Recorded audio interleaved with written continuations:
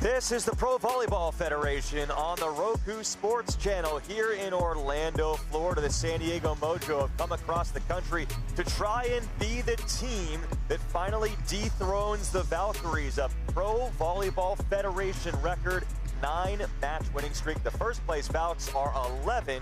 And welcome inside Edition Financial Arena here on the campus of UCF. AJ Cannell alongside the former Florida State All-American Madison Fitzpatrick. And just like I said, no one can take care of this Orlando team. How good has this team been? This team is incredible, 9 in a row, and it's because they have depth in every position. The talent is elite in every position. They're first in almost every statistical category, offensively and behind the service line, so they're balanced and they're very dangerous across the board. Well, San Diego, they can be dangerous as well, and Elise McGee has come into their lineup at right side, starting to play really well for the Mojo. Elise McGee is just a rookie, but she hasn't been playing like it as of late. She was drafted in the 5th round by the Mojo, and she's made a big impact offensively. Coach Aneve Park told me some people hit high and some people hit with power, but McGee does both at the same time, and that's what makes her dangerous. Watch her be super physical at the pin, coming off of a team-high 15 kills. She'll look to lead tonight as the Mojo strives for the upset. For Orlando, Brittany Abercrombie has been breaking records ever since arriving in Orlando. The 6'3" lefty opposite is leading the league in kills with 264. She's got a high reach and all the range in the world, coming off of 19 kills and 18 digs, racking up double digits, and dominating defenses is simply the norm for Brittany Abercrombie. Starting lineups are brought to you by Wren Athletics. For Orlando, Adora Nye, we are told after she missed their most recent match with illness, she is set to go if need be, but Lindsay Vanderweiner remains in the lineup at outside hitter. The rest of the lineup is as planned for the Valkyries. And as for the Mojo, they've been switching back and forth at center. Sarah Sponsel has come in recently. We were told that Dayong Lee's been dealing with a little bit of an injury issue, but she is getting better. Kind of more of a load management situation with her at a later stage in the season. So Lee, their setter from South Korea, is back in the lineup. And besides that, it's exactly what you would expect with McGee starting for the second straight match for Lauren Page at right side. Well, what a run it's been for Taiba Hanif Park. Back in February, announced as one of the new assistant coaches on Eric Sullivan's staff for Team USA. Then earlier this week, announced as one of the newest United States Volleyball Hall of Fame inductees. What an exciting time for Taiba Hanif Park. So well deserved. 2012 Olympic Games silver medalist, 2008 Olympic Games silver medalist, 2004 Olympic Games. She went to Long Beach. She was All-American, 1998 national champion. I mean, her resume is incredible. But beyond that, she's a wonderful person. She's a wonderful advocate for the sport. And then Amy Pauley, who came to Orlando after most recently serving as an assistant coach on Brad Keller's staff at USC. Really impressive college resume as a coach for Amy Pauley. She was a libero back in the day for Alabama as a player. And she is leading the first place Valkyries on a, once again, record-setting winning streak in this league. And she's the all-times dig record holder at Alabama. So a whole lot of success she had in her playing days as well.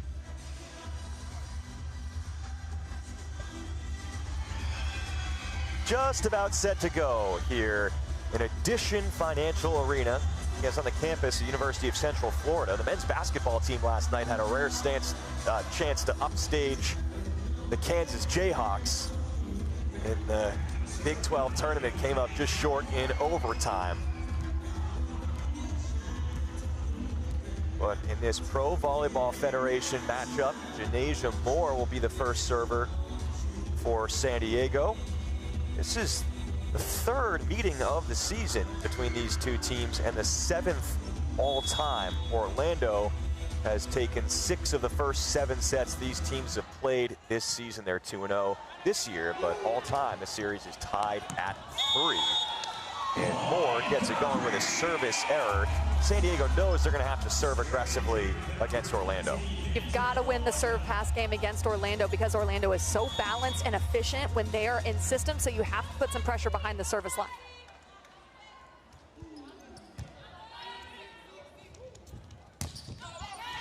as Dalkey loves to hit line when possible for San Diego. Kendra Dalkey gets a ton of sets for the Mojo, and that results in top 6 in the league in points and 6 in the league in kills with 186. We're going to call her name a lot tonight.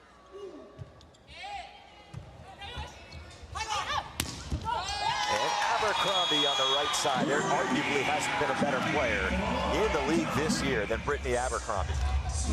And I asked Coach Taiba Hanif, coach of the Mojo, what can you do to stop Brittany Abercrombie? She said, we have to block with the utmost level of discipline.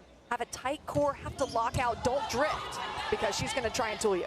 Just a filthy serve by Natalie Foster, who already owns the league record for single season aces with 34. Pittman throws it to the floor there, and San Diego wins the point, but look out for Foster's serve. I mean, it's a hybrid. It's coming at such a high point. She contacts it so high. It's so difficult to pass.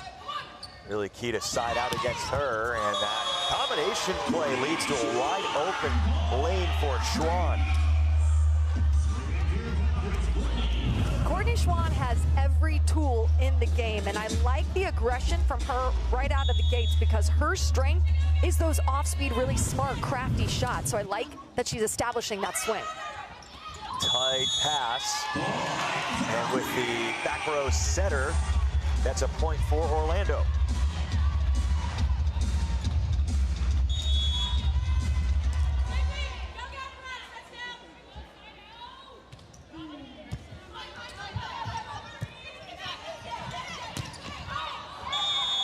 Taking a left side swing, McGee. They're looking for some contact, but Valkyries take the point. 5-2 early lead for Orlando. The service pressure from the Valkyries is really good so far. They're targeting this left side of the court, Janasia Moore, and they're really pulling the offense out of rhythm. They do so many things well, but they are #1 in the league in ace rate as Pittman sprays it long, and the Valkyries already on a run. San Diego is coming off hitting 0-4-2 as a team, so I think a key here today is they're going to need to get more positions scoring on offense. That starts with the ball control. That side out there, and the miss serve stops a 4-0 run. Pay attention to Brittany Abercrombie. She's in the back row right now, but the Orlando Valkyries like to run her on that D ball. They like to run her in the back row. And they can overload that side. And miss serve going back the other way.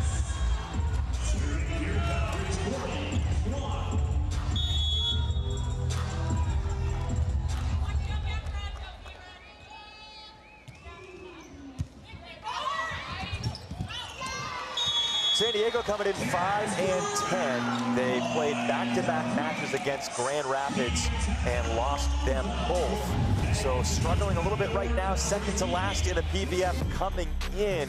But they certainly have players that are capable of challenging this first place Orlando team. Timeout on the floor.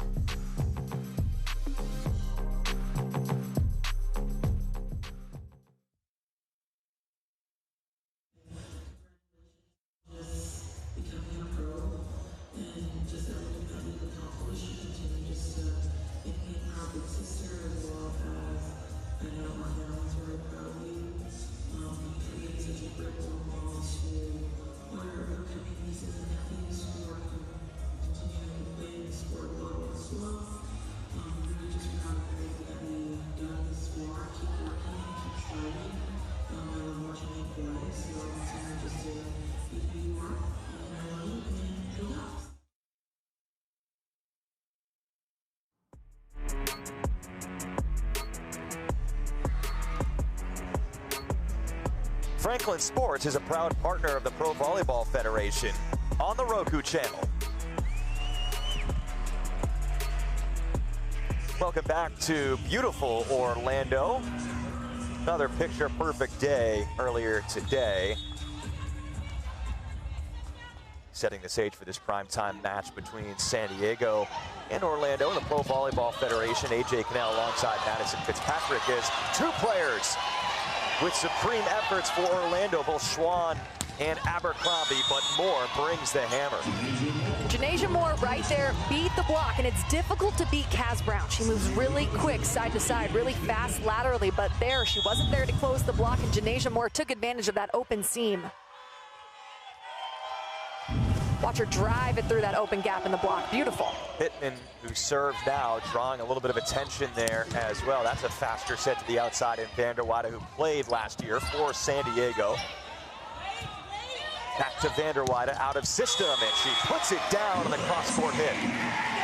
And that was a good swing placement by Lindsay Vanderwaide. You got Reagan Pittman in the middle playing left back, usually a position that a libero will play, so she's a little deeper. She's not as comfortable in that left back position. It was an out-of-system set, but perfectly placed and executed.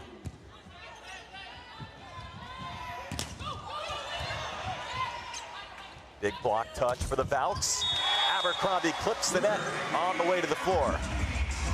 Another strong aspect of the Valkyries game is their blocks and how they're able to slow down the opposing attack. They're getting really solid block touches, allowing their defense to recycle it up and feed that ball to Brittany Abercrombie.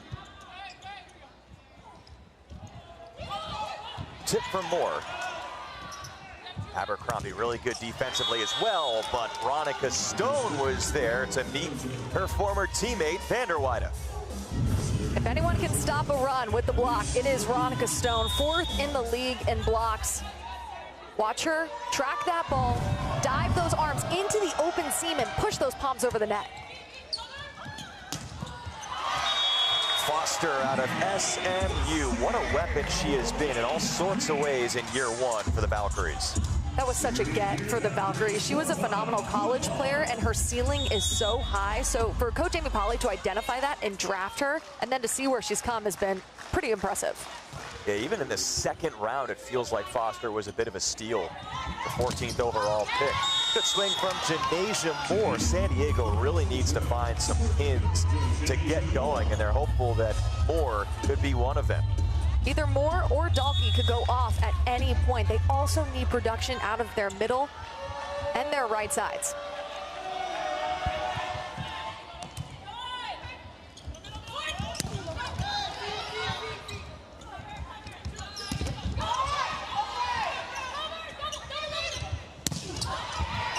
Feeding Vanderwaide once again, who last year, again, played for the Mojo. In fact, there was a match for the Mojo against Orlando. She had 30 kills and set the league record. I called that match. She was unstoppable. No one could stop her. But you see how fast her arm swing is? That's a really difficult swing to block.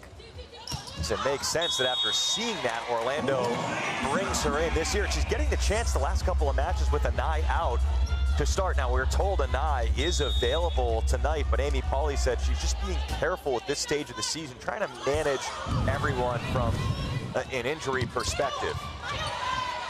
Trying to be kind to their bodies here, so giving Vanderwaide another start. Dalkey, good reaction by Schwann, but then Moore digs, and Stone gets pushed away a little bit and is able to finish. Good defense by Janasia Moore in that middle back position, and then I love that set to Stone. It's a gap set, it's moving the block left to right, kind of finding space to swing. Veronica Stone out of Oregon, actually played for Taiba Penny Park. Natalie Foster is insane. She's contacting this ball so high, swinging through it, identifying the hands of the block, weaving it in between two blockers, and creating angles for herself all at the same time. Vanderwaide getting down there, but unable to keep that one up, so Dalkey with the kill. But the Valks in control here in the first set. Lindsay Vanderwaide coming off of the game versus Columbus, had 15 kills, hit 308 and 11 digs. So really solid performance she's coming off of. Goal shot. You said Schwann is creative. That's her bread and butter right there. She sees the campfire. She's got really good vision. She actually plays a lot of beach volleyball in her off time, and so that also opens up your vision and allows you to just practice some crafty shots, and she's really good at it.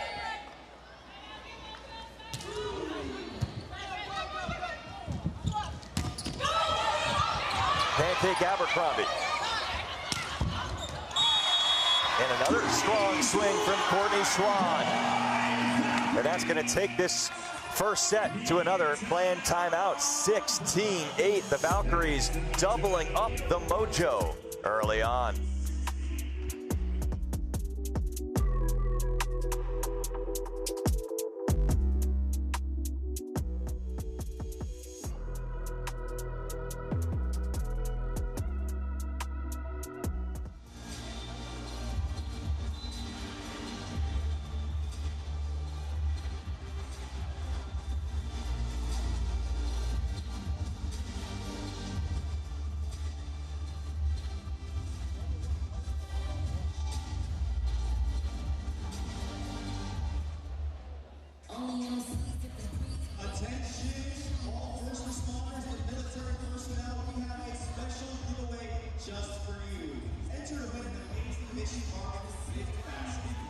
A big lead for Orlando over San Diego, 16-8. Let's see where things stand overall in the Pro Volleyball Federation standings. And you're going to see Orlando at the top of the table right now. Omaha not far behind, but in a year where there's a lot of parity, look at the middle of the pack, teams trying to get inside the top 4 to make the postseason. Right now, Orlando and Omaha with some separation from the rest. And so, you know, that has to make them feel comfortable, because you're right, it is anybody's game in that middle position. Anyone can sneak into that top 4. It can come down to 1 or 2 wins. And the numbers during the 9-match winning streak for Orlando, they're first across the lead across a wide variety of categories. There's not many holes, there's not many weaknesses in this Orlando team. I mean, even their block defense tonight has been incredible. They're not blocking it straight down, but they're getting great block touches, so just, it's pretty seamless. Well, they find so many ways to create havoc, and a one-on-one block for Kaz Brown out of Kentucky, one of the 4 different All-Stars for Orlando.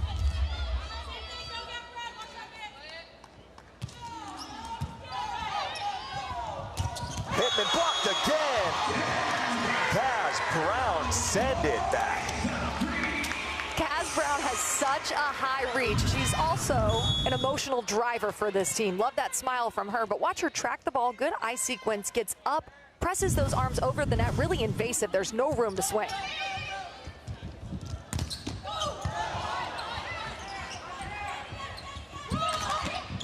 McGee had enough, says let's just tip one, get the ball over, and then good answer from Pittman. Great to see Reagan Pittman, who came off of injury recently, step up with a block right there after she got blocked a couple of times.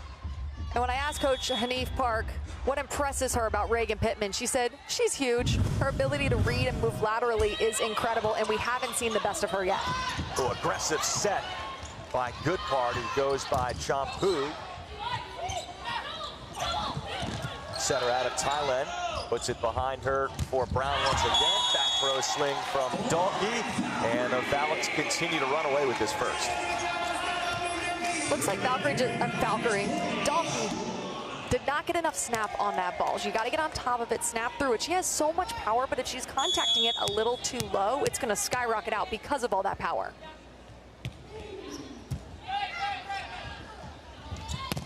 Nice set by Dae-Young Lee out of South Korea in her first year in the Pro Volleyball Federation, 11th year as a pro. Lee did a really good job here reversing the flow, creating a one-on-one situation for Elise McGee, who's coming off of 15 kills leading the team. She's a player that needs to heat up. Abercrombie through the middle, and it's out. Bolt 6 with their 22 HD cameras automates the in-out calls and also expedites the replay reviews across the Pro Volleyball Federation. And that is a rare miss from Brittany Abercrombie. She's 6th in the league in hitting efficiency, hitting .312 on the season, so not many errors. Yeah, doesn't miss that one. And Amy Pauley said during the offseason, their #1 goal as a franchise was to find a dependable right side hitter. I think Abercrombie more than dependable. I mean, the past 3 matches, Abercrombie has gone 24 kills, 25 kills, and 19 kills. If that's not dependable, I don't know what is. To your point, though, about how you rarely see just a pure miss from her, something that Coach Pauley was looking for, another big swing out of the middle from Foster, was that she didn't want to see those peaks and valleys out of her right side hitter. She wanted someone that she knew she could rely upon. Again, they've got more than that. Abercrombie's been a star, but also really respecting her ability to keep on a level plane throughout the season. Absolutely. She's got the mindset of a true pro, very consistent, and her relationship with Champu in that set is really solid. Orlando hitting .429 in the first set. It's going to go down a little bit after Foster with the miss. And if you're San Diego, you are looking to get into a rhythm. You're looking to apply some service pressure from the end line, get into a rhythm, carry some momentum into the next set. Nice serve by McGee. And Abercrombie hits the back line. Abercrombie's step close is really good. It's to the ball. She gets her feet there, and then she's got that hand contact and all the range in the world to just pinpoint where she wants to go. We're going to see her attack from every area of the court and to every area of the court. Right there attacking in between zones 6 and 5. It's going to be Sarah Sponsel coming in, and Lauren Page as well, so a dub sub for San Diego. Sponsel's gotten some starts recently, with Leah a little bit banged up. Now using the back row setter. And on the slide attempt, Veronica Stone with the hitting error. And Orlando just 2 points away, a double-figure lead. Well, they've won 6 sets this year in 2 wins, obviously, against San Diego. And in 4 of those 6 sets, Orlando has won by 7 or more points. They have dominated the season series so far. Nice play run to Dalkey right there, and really finds that angle nicely out of the back row. And that was a good setting decision from Sarah Sponsel. If you don't know Sarah Sponsel's name, have you been watching volleyball in the past couple years? She is incredible. She went to the Olympics. She was part of the youngest team to ever represent USA in beach volleyball at the 2021 Tokyo Olympics. If you can't tell, I'm a Sarah Sponsel fan, but she is so athletic and such a true leader out there. And what she's been able to do on and off this hard court is very impressive. Well, yeah, you should be, because you know what it's like, how different indoor and the beach can be, and the variety of tools in the back that you need to succeed at both. Sponsel has found a way. Absolutely, it's a completely different game. So to go from being that elite beach player to then a libero to now a setter, her athleticism is just through the roof. Yeah. Absolutely, no doubt. Makes a good set right there on a tight pass. And trying to give themselves, like you said, a little bit of something going into the second set. Yeah, I definitely believe you can take momentum from one set to the next, at least gain some rhythm, gain some chemistry from your setters to your hitters. A nice high swing by Dalkey. Shampoo sets Abercrombie. Pittman gets there off the block touch. Dalkey. It rattles around over to Schwann for the attack, and that's a miss. So, okay, San Diego finishing strong here in the first set.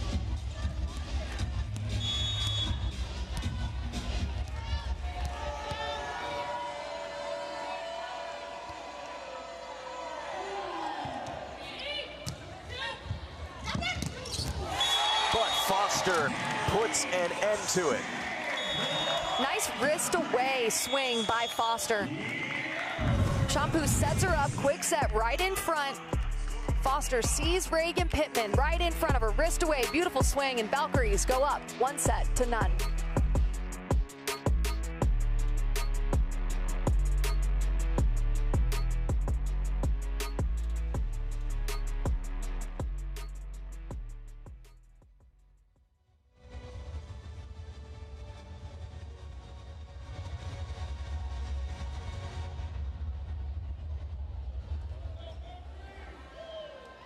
What's going on, Valkyrie fans? I'm here with Melania Osea, the part of the Orlando Valkyries. And I see you doing good out there. I just wanted to say, I see you're looking for this world career. How do you approach your achievement where you are today? I think it's really helped being in the Big Ten. It's a lot of competitive teams, so just bringing out the picture to the pros is kind of the steps that I'm taking. So it's definitely helped a lot having that competition day in, day out. Same thing here, everyone in this league is going to never know.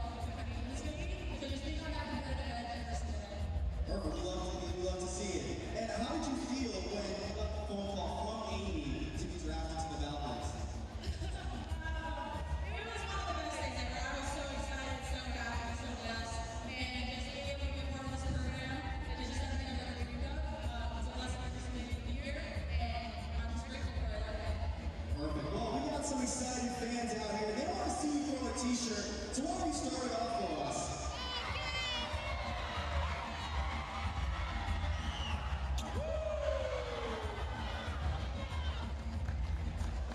And let's go, Valkyries!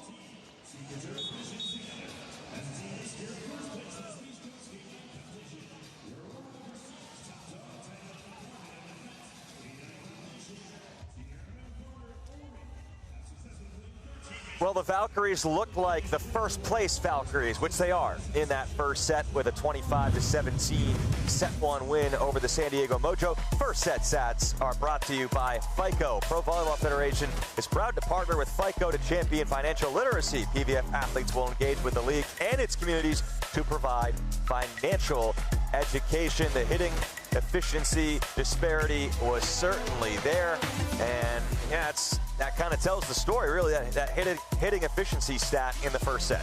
And it's difficult to beat a team that is taking care of the ball at that high of a clip. Their defense and their passing is doing a really good job of keeping them in system.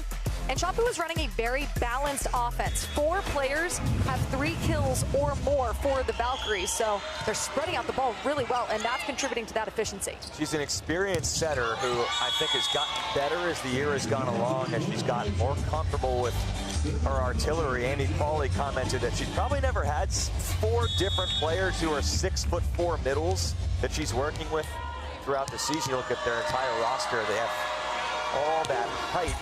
Even Michaela White, who's on the practice squad right now at middle. Is a free ball.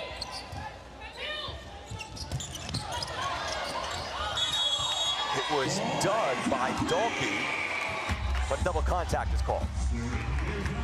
And we see Taiba Hanif Park putting in other players, trying to put some new faces on the board, some fresh legs, mix up the matchups a little bit. They've been doing that a lot lately. Maya Tabron is in. Lauren Page is in the front right now. Takes a huge rip at one, and Lauren Page, who has been a starter off and on this season, had been replaced by McGee recently, is now right back in there.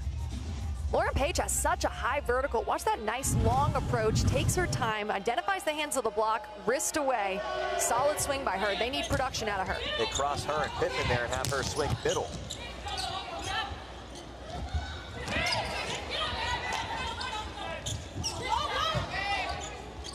Pittman's gonna set this with some confidence there, the back set from the middle.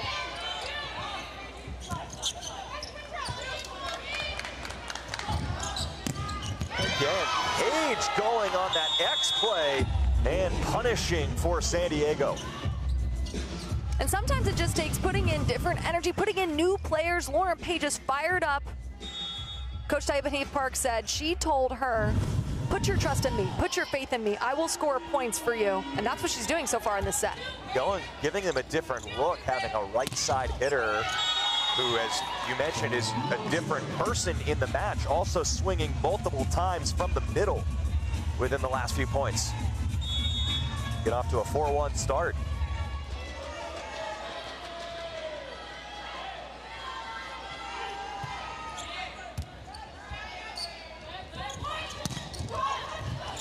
Diving play by Lee, the setter, has the dig. And a layout on the other side by Yosia, or that was Murphy. They used 2 liberos, Orlando. And Abercrombie puts it away. What a set, perfectly to Brittany Abercrombie. She's a lefty, so she doesn't have to let that ball cross over her shoulder to her right. She cuts it off really quickly, and then she's got a nice high snap. She's swinging over Maya Tabron.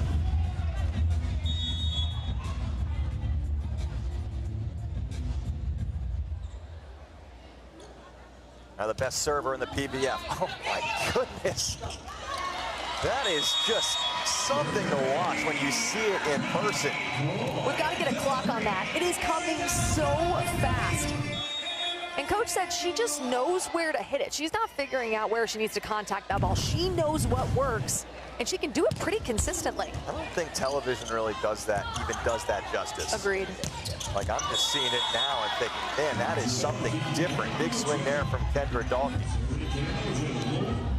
Yeah, we asked Coach Amy Pauley about that serve, and she said she knows what works. She's got a high reach with long arms, and she's registered 3 aces in each of the last 3 games. That's a whole lot of aces consistently. This serve reminds her a little bit with that high reach of Dana Repke from Wisconsin back in the day, as Veronica Stone makes it 6-3 San Diego in the second set. That set's coming pretty fast. The first one to Veronica Stone on that gap set was a little too low, but nice adjustment by Lee, raising that gap set. And then Veronica Stone really sped up her approach to get on top of the ball. Big swing from Schwan using the block, powering that right through the block. Courtney Schwan is top 10 in the league in digs with 164, and I've said this time and time again, Courtney Schwan needs to be on the court. Her ball control, how clean she contacts the ball, how often she keeps them in system, and then when she's offensive productioning like she is, she's unstoppable. Abercrombie using that reach in a different way. On the slide, that's Stone's specialty. Good hitter coverage from the setter Lee. Now Tabron out of SMU, off the block, across and out. And the Mojo, a different complexion here in the second set. The Mojo is doing a good job at tooling the block. Maya Tabron going to the inside of Cass Brown's left hand, swiping it off that left hand. Foster played together this past season at SMU. Foster and Tabron played together.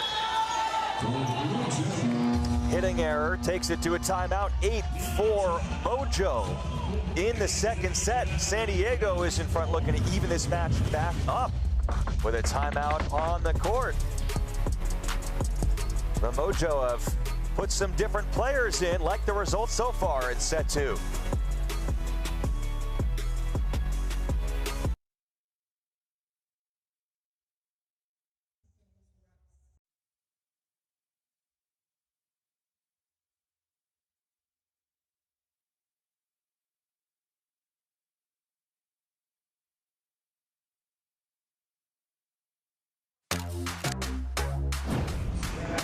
Well, a couple weeks ago, Brittany Abercrombie from Orlando was Player of the Week, but this past award went to Emily Londot, another right side hitter, franchise 3-set record for Omaha. Yeah, and that 3-setter, she had 15 kills, hit 370, only committed 1 error. She's got a whole lot of power. She's just a rookie. She was drafted 10th overall, but she's playing with a ton of aggression, a ton of firepower, a lot of energy, and she's a huge aspect of this Omaha Supernovas team, who's currently 2nd in the standings. Just a half game and no games in the loss column behind Orlando for first place in the PBF.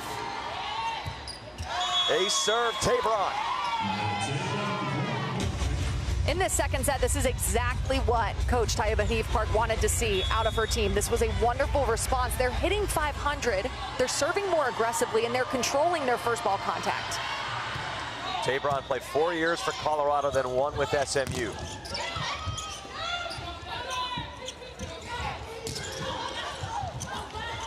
Difficult play. Tabron comes in, earns a dig. That hit the antenna on Stone's swing. So a side out for the bounce. The reason that slide attack, sometimes you get more errors than you would running in front of the setter, is because there's many aspects and many components that have to go right. You have to cut it off at the right time. It has to be the right height. You're going off of 1 foot. So it's just a little bit more difficult of a set. Cass Brown stunts the setter. She was ready for that second ball over attempt by Lee. Cass Brown made history this past week. She became the 2nd player in PVF history to record 100 blocks. She's huge up there, and she's been huge for 2 years in a row in the Pro Volleyball Federation. Uchkova was the first one last year for Omaha to reach 100 blocks.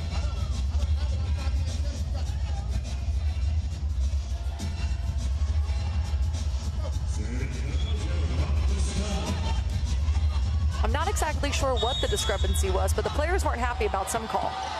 Gotta get set to go quickly, and Vanderweyde and Murphy nearly collide, but they still side out with Kaz Brown. Coach Amy Pauley told us when Kaz Brown runs behind the setter, they're trying to get her to swing line more. She had a couple errors on that slide attack swinging line, but that one right there, that was really good. Nice and high over the block, a lot of control and a lot of success found in that area when she gets it in.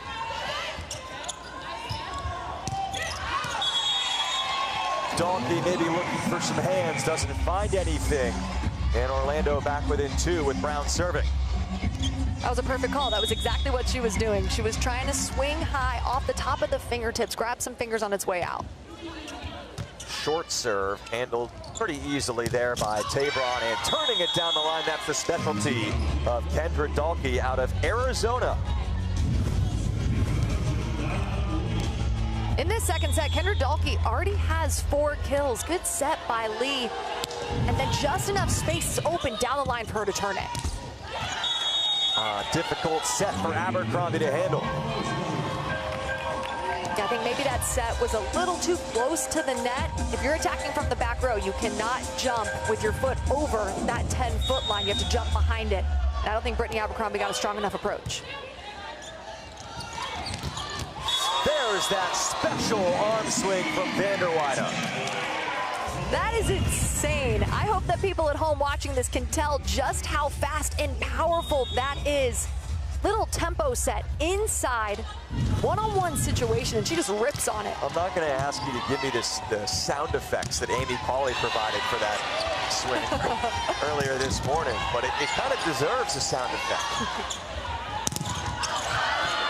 Rattles around, and Venegas puts it over. Shampoo to Vanderweyde. Oh no, look out for Lindsay Vanderweyde, the former member of the Mojo.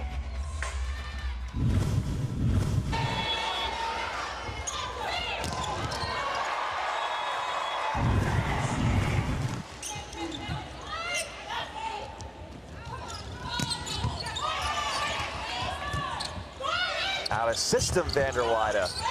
Good second leap from Paige. Done by Yosia.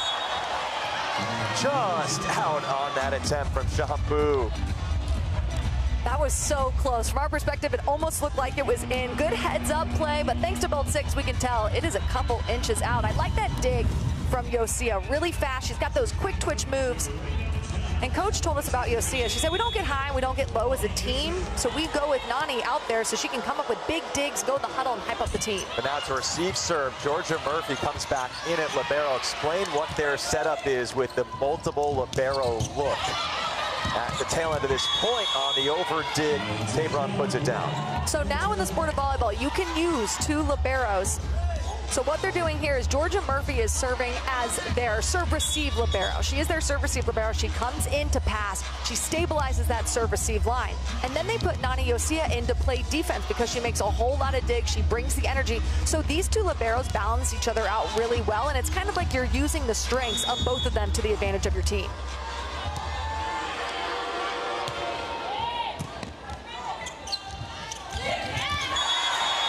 Foster tips it down.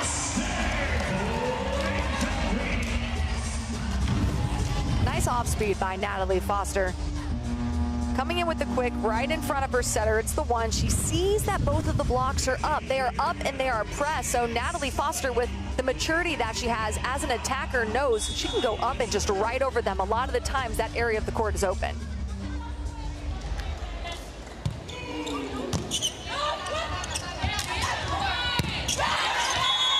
Through the block and out for Maya Tabron. Checking in once again in this set. She came in for the Mojo. A lot of the times the server will target the passer that's pulling back, the one that is going up to attack, a front row attacker that's pulling back to pass. They are going to get targeted because they want to take them out of offense. But Maya Tabron said no. Raynell Jones has entered the match. She serves. Tabron one-on-one. Abercrombie was ready. And a buzzer sound, so that's going to be a challenge.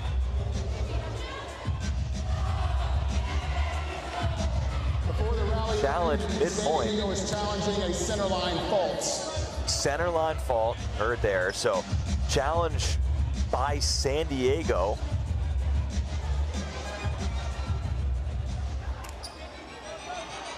Means that if, regardless of whether that block had been a stuff block or what had happened there, if you stop in the middle of the point and you challenge and you lose that challenge, the other team is going to win that point automatically.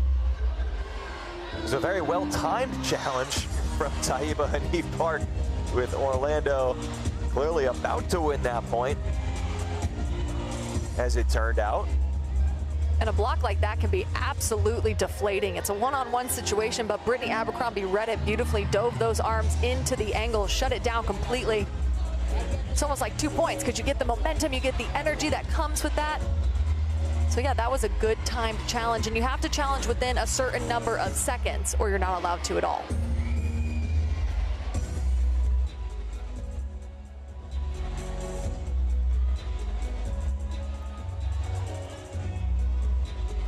So again, they're looking at a center line fault, which would be someone's foot would have to be entirely across in order for that to be called.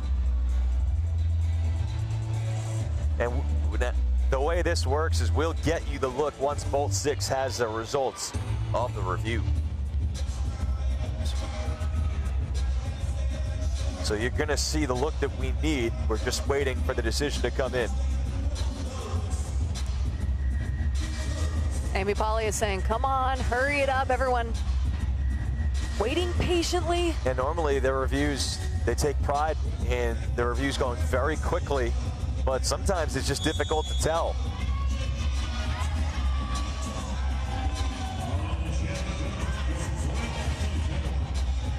So the challenge will be accepted. They are rewarded. San Diego gets that point, and San Diego lengthens their lead, and it causes Orlando to call a timeout. Okay, center line fault called. Madison explained it. 16 points equals timeout. We'll be back momentarily from Orlando.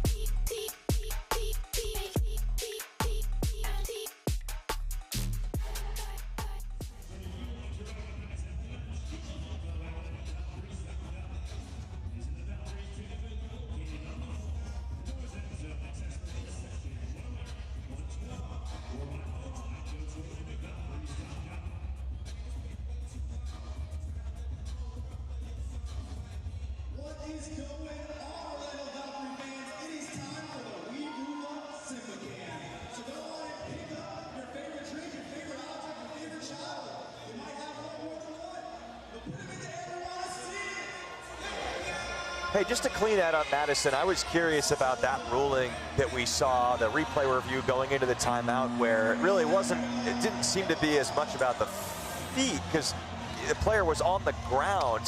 Tell me about that rule and how that is adjudicated, if you could. Yeah, so they do it for the safety of the players. It's just the line underneath the net. If you have a part of your body that goes completely over it, you're allowed to step on it. Sometimes you come in contact with it, but there comes to a point if you have something that's completely over it. So that knee was completely over the line. They're going to call it. Okay.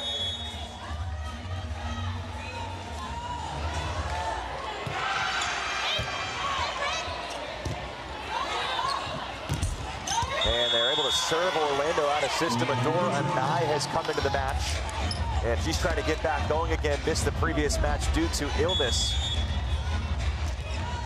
and did not start today. Raynell Jones behind the service line, putting a whole lot of pressure on the service seed line. Does it again.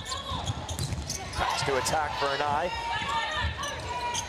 Anai into the block, and that lands out. So a kill for Adora Anai, out of the University of Utah PVF All-Star this year.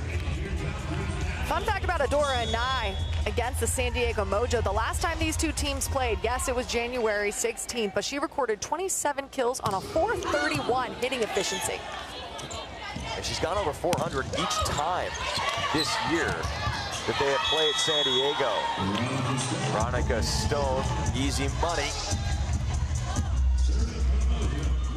Second set really is flipped from where that first set was. And yeah, and San Diego is winning the serve pass game. They are getting Orlando out of system, and when Orlando is off the net, they're not able to run that top offense in the league.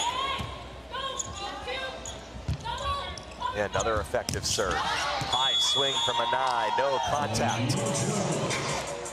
It is difficult to come off the bench. You're cold, you're coming in, and she's taken a couple big rips.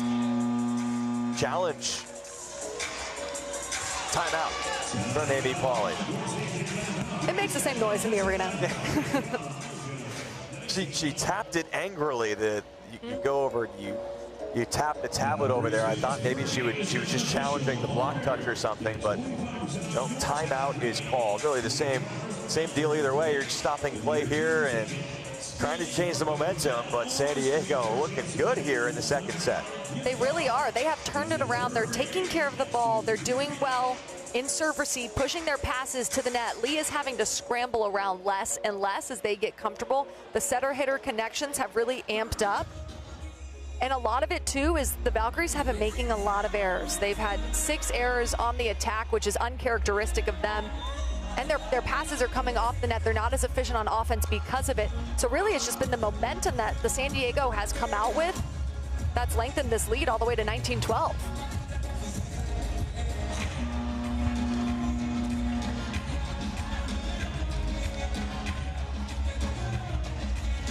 And San Diego only has 2 hitting errors. They had a bunch in that first set, so they've cleaned up their attacking errors as well.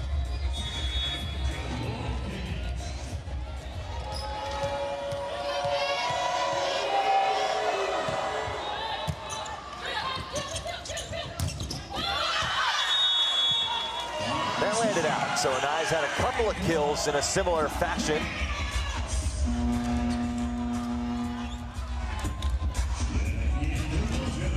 One of the things that Adora Anai does well is she makes it look easy. She's so casual, great tool off the block, so she's swinging through the ball and down off of the outside hand of the blocker. Also a very reliable passer when she's in the lineup. So an all-around player. Yosia scoops it up. Venegas on the other side. Tabron shoves that one down. San Diego is doing a great job at slowing down Brittany Abercrombie, which is a key for this matchup. If you're going to take down the Valkyries, you've got to slow down Brittany. She only has 2 kills, hitting 0 right now in this set. Let me clarify.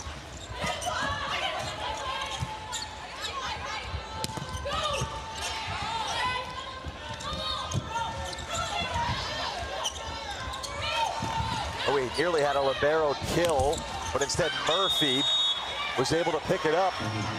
Anai off the tape and out.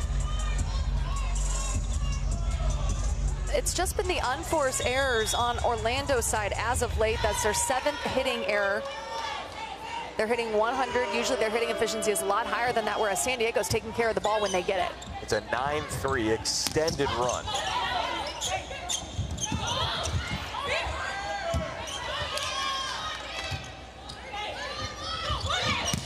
Well, they bring Donkey inside. Nice scoop up by Murphy. Cross court. Anai dug by Venegas. And a hitting error ends that entertaining point here in Orlando. Both liberos just showed off in that play. Georgia Murphy, with no one up blocking, crashed into the pocket, dug that ball up so well. And then Venegas with the diving play. And a pretty solid pass at that. Good location from her.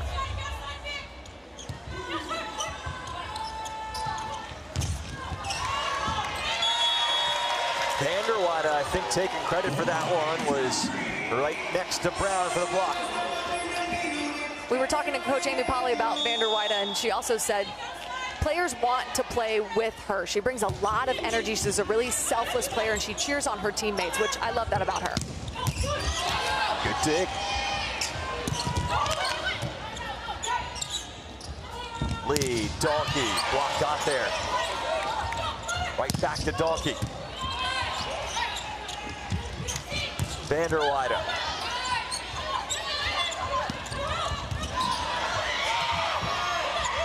So much after these outside sides during these extended rallies, and Dalkey has the answer in the end.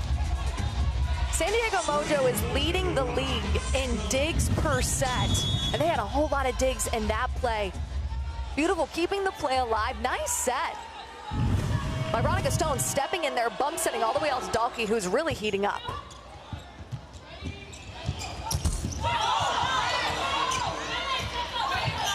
Set up by Brown for Vanderwater. Dalkey has to try and do something unorthodox there in a tight set, and a hitting error. And that's exactly what you have to do. When the set is coming tight, the block is up, pressed, and set. You got to try to tip it off of the outstretched arms of the block, tool the block in some way with that tip. Dalkey, coming into this match, had hit under her season average in 6 straight matches, but today is in the high 3s and has 9 kills. Raynell Jones announcing her presence. And that's what Coach Hanif Park said that her team needs to do when blocking. Brittany Abercrombie, be strong, really use your core, straight up, straight down, know your placement, let defense play around you, and that was Raynell Jones. Oh, actually, it looked like on the replay, I was wrong there. Dalkey got that one.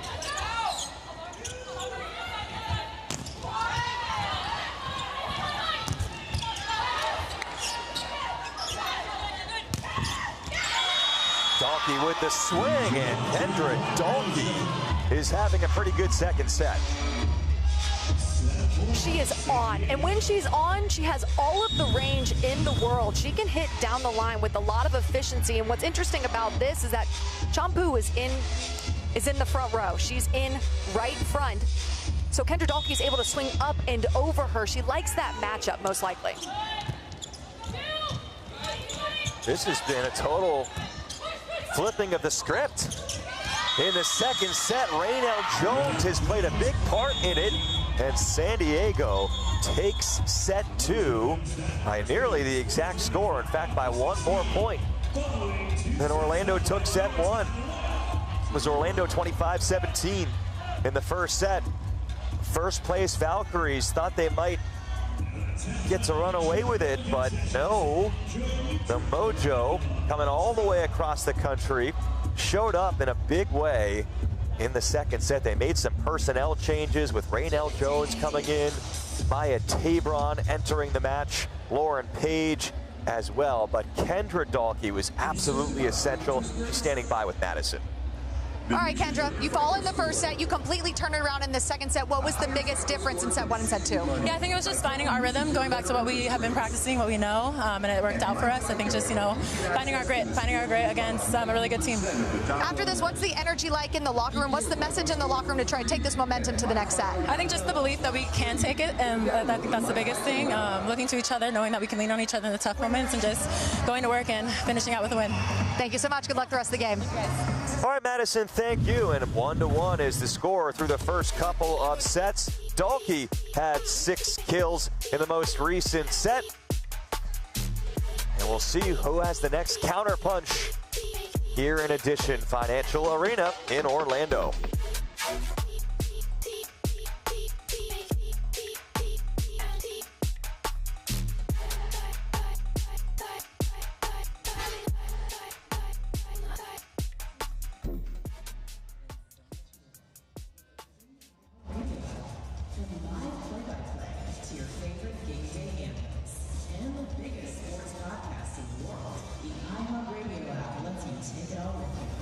Stay connected to your favorite team wherever you go.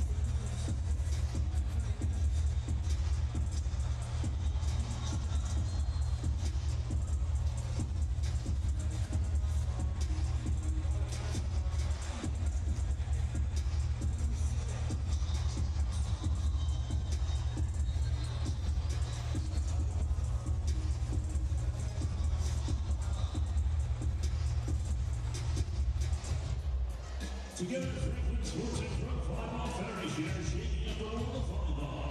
Franklin's Professional and Pro Volleyball, the exclusive volleyball Pro Volleyball Federation. Ultimate volleyball for world-class professionals. You can hear Franklin and Pro Volleyball today at FranklinSports.com.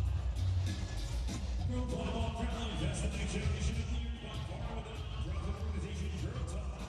Through years of your mentoring, Girl Talk works on all girls. Being properly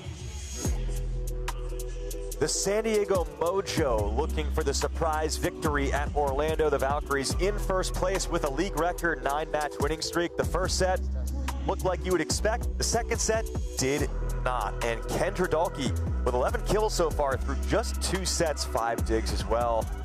She's been looking good. She's been looking really good. And here's a funny thing that Coach Amy Pauley told us. She said this San Diego Mojo team is underrated.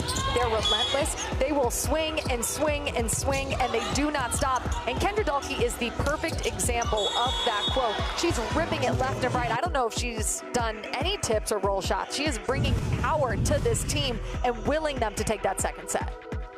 We've seen power going back and forth across the net with Lindsay Vanderwaide taking some massive swings on the other side against her former teammates, all tied up at 1 through 2.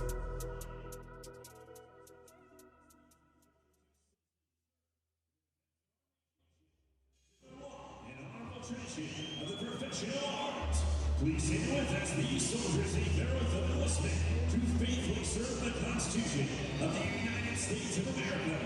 Captain Forbes will now take the oath. Raise your right hand. Repeat after me. I state your full name.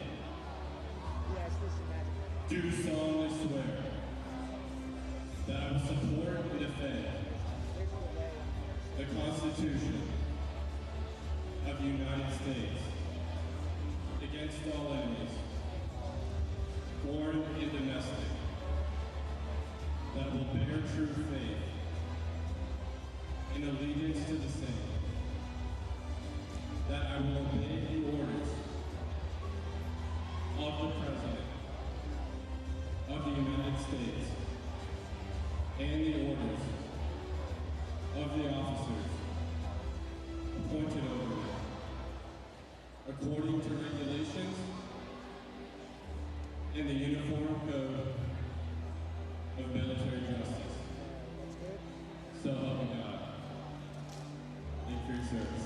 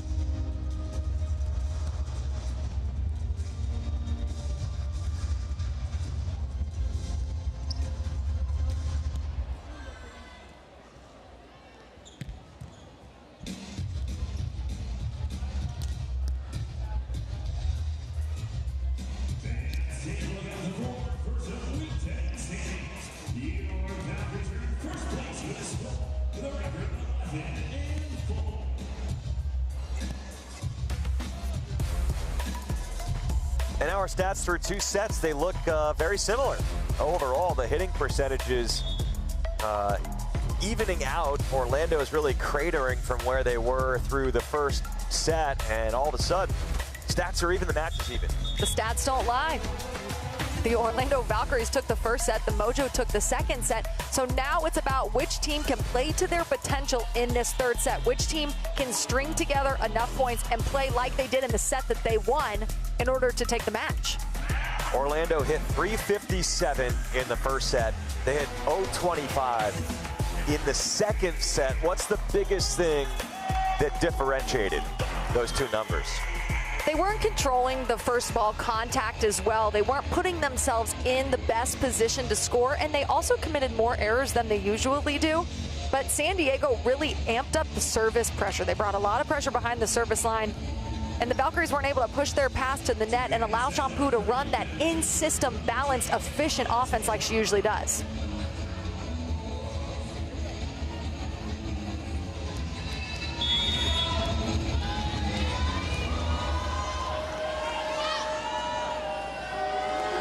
Maya Tabron opening serve, third set.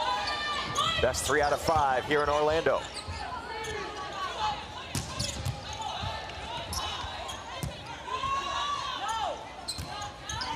Who's going to get this? Oh, nearly a disaster for San Diego, but still Orlando ahead of the point. Couple of close calls. Abercrombie. Somehow the Mojo win that point. Veronica Stone with the block. They were hanging on by a thread. And Lee and Venegas both fall to their knees because they were not expecting to get that point. They almost let a free ball drop at the beginning of that rally. But no, finishing it with a nice, strong block. That's something that the Mojo did well, too, in the second set, is slow down Abercrombie. I don't know how San Diego won that point. Dalkey tight to the net, does a good job. Page hitting the deck. Back set, Abercrombie targeting Page. Just puts her body in the way. Tabron, big swing behind the attack line for Maya Tabron. This is a completely different Mojo team than we saw in that first set. Their defense, they're showing us why. They're leading the league in digs per set. They're putting themselves in the right position. Lauren Page just crashing into that open seam, digging that ball, and then I love running the back row. They need to use that more. The Mojo does. Hey, what happens when you travel from west to east? A little jet lag. Getting up a little bit late for this one. Weren't here in the first set. They woke up in the second set. Up 2-0 in the third. Abercrombie puts an end to it and earns the point. And that's one of the skills of the game that Brittany Abercrombie is really good at. She's going to rip a bunch deep and show you that she's got that power. She's going to make you respect that deep swing. And then when you're on your heels, even if you're the libero, she's going to tip it right in front of you at the right time. She mixes that up really well. Is it easier to tip like that when you have that length as well? 100%, because you're taking it high and you're coming down on it over the block. Good read by Venegas. And Brown San Diego was in the net.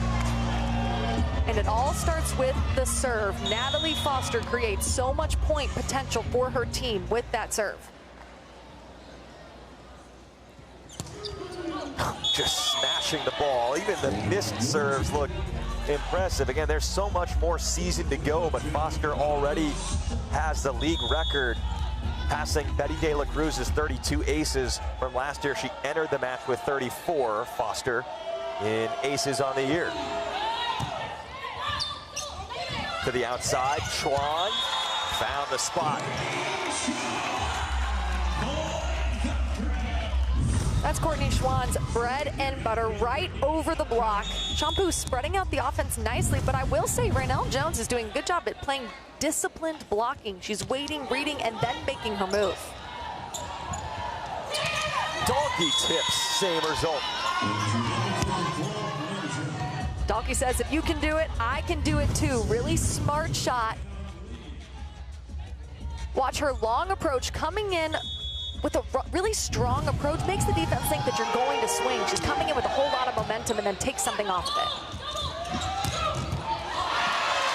Too much there from Brittany Abercrombie, who earlier in the season had 30 kills in a match to tie the number from Vanderweide last year when she was wearing a San Diego jersey. And this is what it looks like when the Orlando Valkyries are in system. They run a lot of routes. We've got the slide and the D-ball being run at the same time.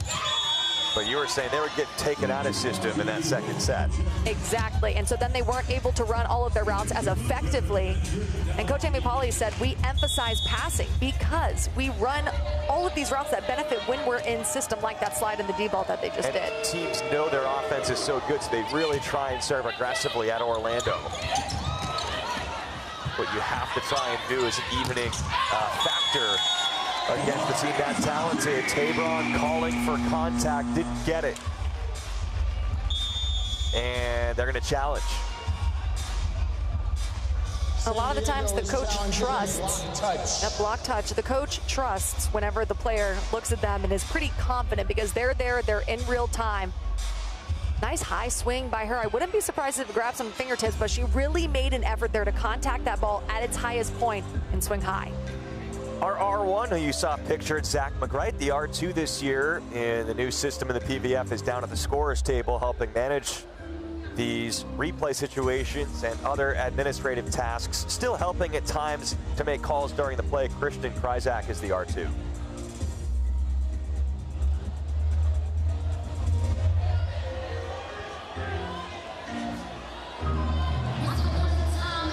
So again, both six will look at this and make the call, and then we will see the look. Now we're going to, was there a block touch?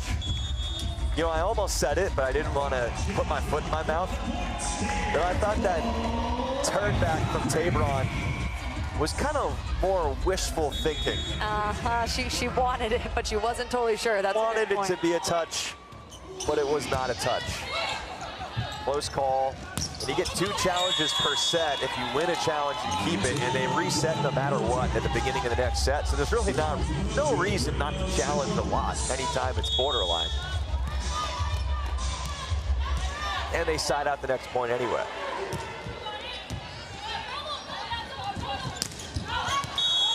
On the inside set to Vanderweide, another high swing that goes awry, so Jones will serve again. Raynell Jones out of Maryland. Finished her college career as the active Division I blocks leader. 2 there against Foster. Out of system, Abercrombie. Usually has the answers, a rare mistake from Brittany Abercrombie. And timeout on the floor. 3 straight points won by San Diego since that first set came to a close. The Mojo. They've had the Mojo.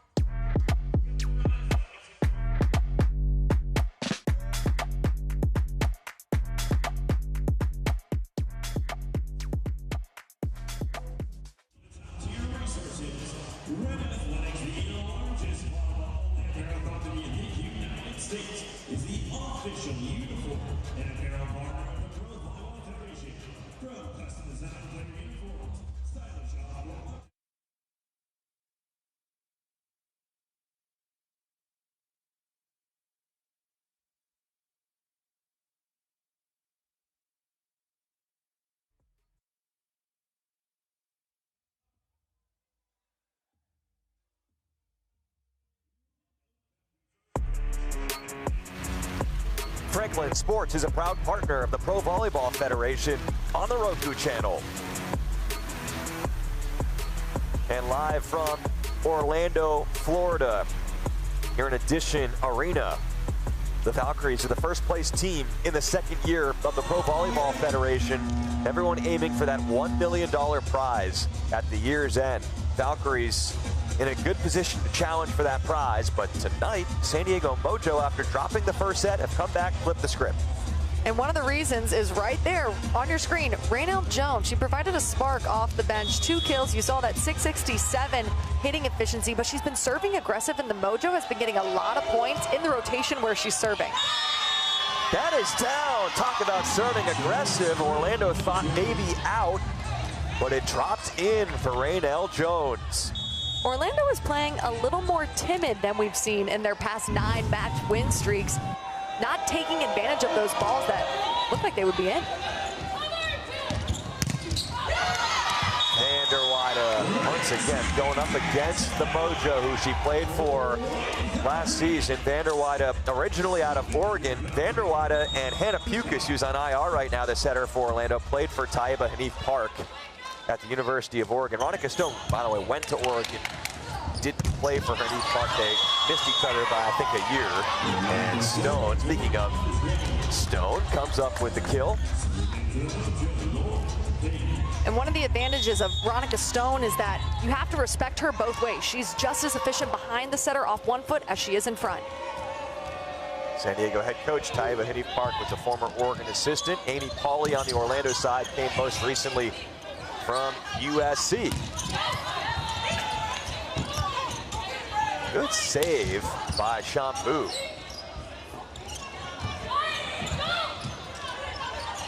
Oh, just hit the floor again. It's been a taxing point on Shampoo, and San Diego takes the point. San Diego is putting themselves in really good positions to play defense. They're being very aggressive on offense, and it's like Orlando is scrambling a little bit. Shampoo is running all over the court. It's like the Mojo just keeps putting pressure, That's exactly what Amy Pauley warned about. I think they know Orlando that they probably have more firepower on offense, but she was saying that San Diego just has a knack for making you suffer a little bit out there, making life difficult on you. But Vanderwada has been a good outlet so far tonight, her 6th kill.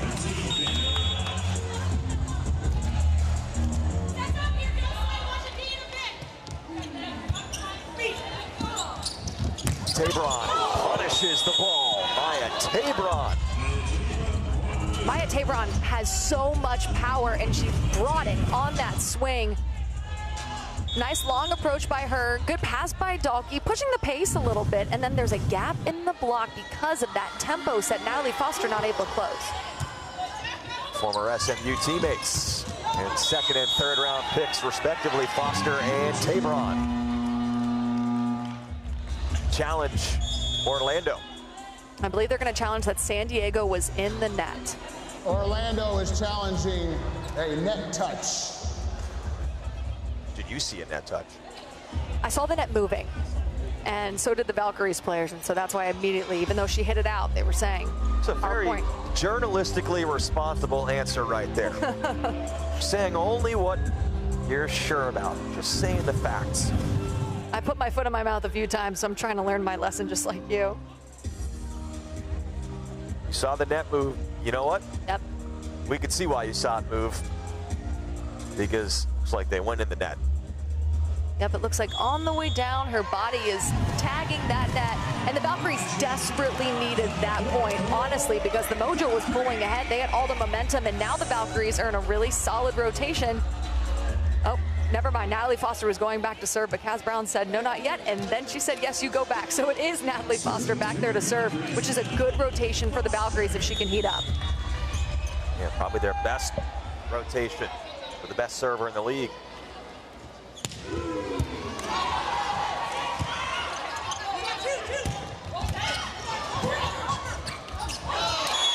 Key side out for San Diego, that being said. Super key side out, completely agree. And what's impressive about that serve is usually a serve like that is so high risk, high reward, but the risk is not there that much because she's so consistent with it.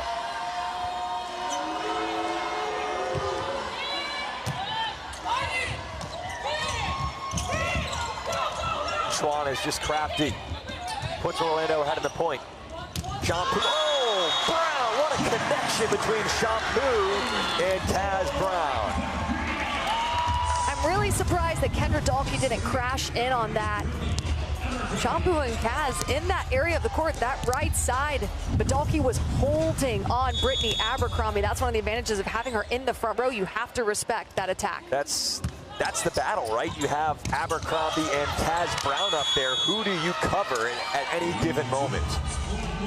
And she went with Brittany Abercrombie, and Kaz Brown said, thank you very much. The goal for a setter, one of the goals, is to put your hitters in the best position to score, and creating a one-on-one situation like that one allows your hitter to really just swing away, see the hands of the block, see the arms, and swing around. Kaz Brown last year was the middle blocker of the year. Abercrombie leads the league in kills this year. Schwann beat the block. But good off-blocker defense right there. Brown on the slide. Kaz Brown is kind of like Veronica Stone in the way that she is just as efficient behind the setter as she is in front, and she is working on swinging down the line. So right there you see her off of 1 foot. The blocker is moving, kind of fading away, not set, not pressed, and Kaz Brown beating the block there, was able to tool. Courtney Schwann out of the University of Washington with the serve. Dalkey. wrist away swing. Normally, Dalkey likes to go line more often, but she has all the shots when she needs to. Yeah, but Coach Amy Pauley said that that's something that they're going to try to prepare for. They're going to protect their line. They want to block her line, force her to go to that 4-to-4 swing. But right there, all that power that she brought behind it, they couldn't control it. No, and it doesn't matter where they force her to go. Equally good response from Abercrombie.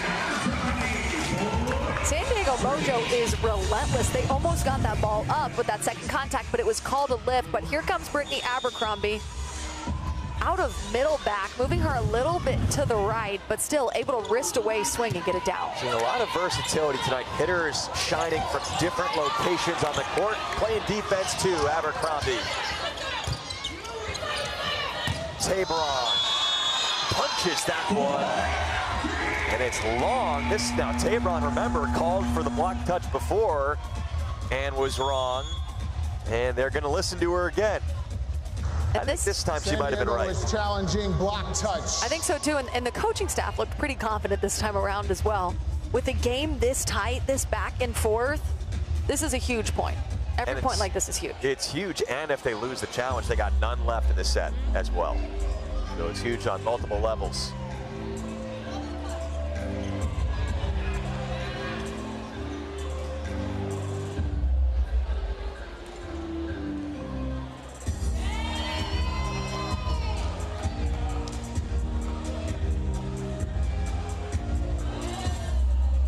We've seen a look in the arena that seems to show there was a block touch.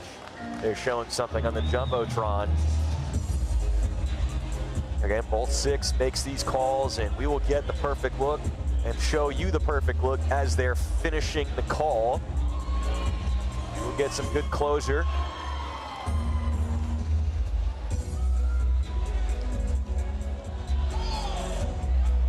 Yeah, looks like you see some movement.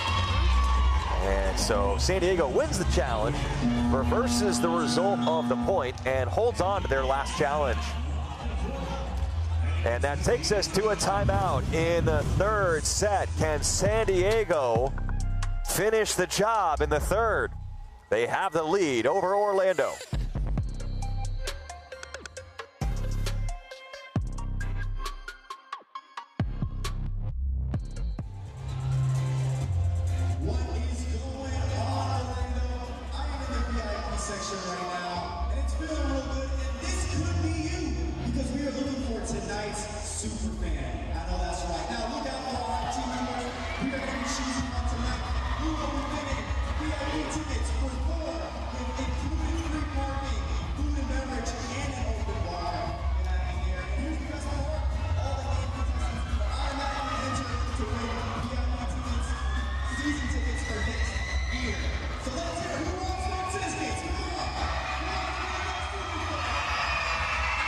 Well, the new Hall of Famer, Taiba Hanif Park. Madison, you're liking the adjustments that she has put into play here the last couple of sets. She has had some superb decision making, and this is one of the reasons why she is as successful of a coach as she is. She put in Lauren Page in the opposite position. She put in Maya Tabron in that outside position. She mixed around these players. She put in Raynell Jones, who's now back to serve. And these athletes with fresh legs have come in, provided a spark. It also speaks to the depth that she has on her team, but really good decisions. And now the Mojo, like you said, has got a whole lot of mojo and is taking care of it.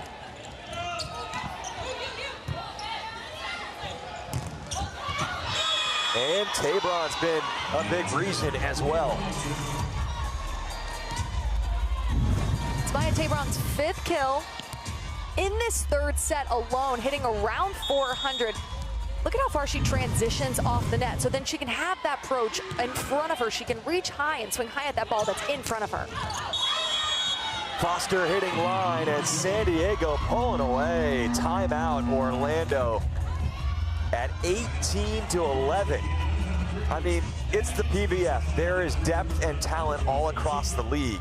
It is not a surprise for San Diego, even with the 5-10 record against the first place team in the league. Not a surprise to come in and be competitive. I'm a little surprised at the margin the last couple of sets. That was exactly the point that I was about to bring up. The talent in PVF and the parity is incredible. The Mojo is coming off of back-to-back losses against the Rise. The Orlando is on a 9-match win streak, and for this to be so tightly contested just shows you it's anybody's game at anybody's time. And what a middle blocking matchup this is as well. You look last year, #1 and #2 in hitting efficiency. Ronica Stone and Kaz Brown last season. You see their numbers right there from last year.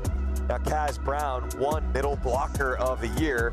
Ronica Stone, just like Brown, was also named to the all-PVF team on the second team. And so you add in Foster as well, who's having just a banner year as a rookie, and this is a great matchup in the middle. And just to add to this awesome graphic, both Ronica Stone and Kaz Brown come into this matchup with 32 blocks, so they are tied for 4th with 32 blocks on the season. They both are also very comfortable in front of the setter and behind. It opens up opportunities for their outsides, and they're emotional leaders and drivers as well.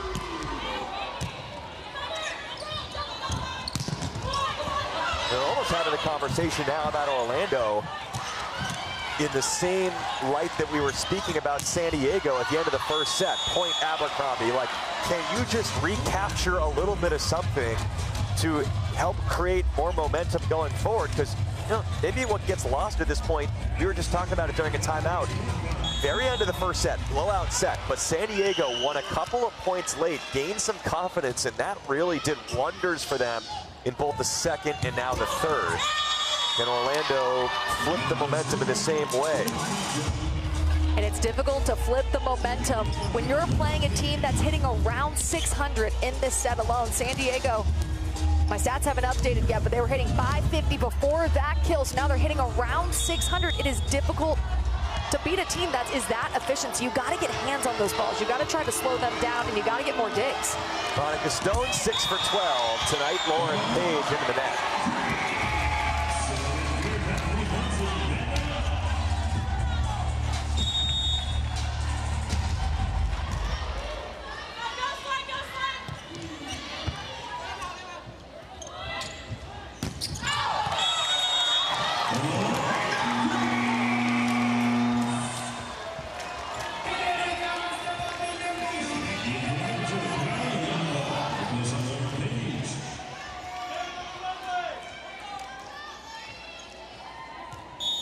Vanderwada had 1,000 career kills and digs at the University of Oregon.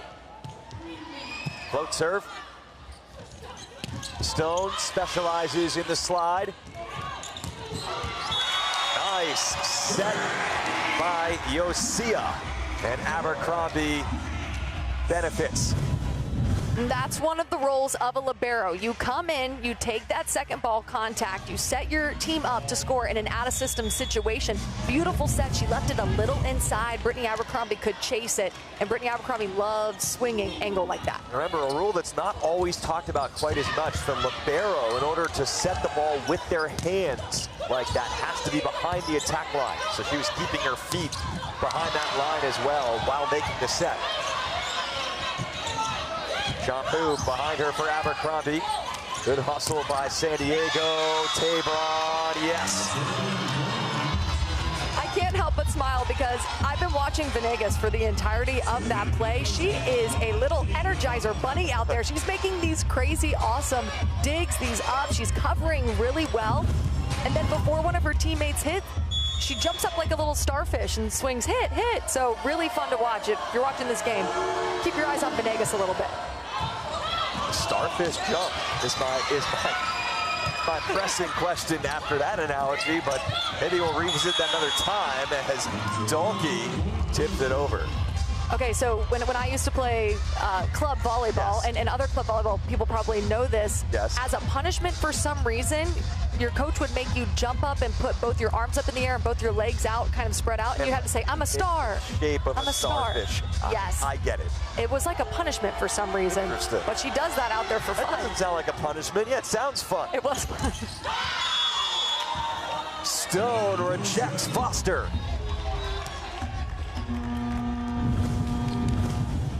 And a timeout by Orlando.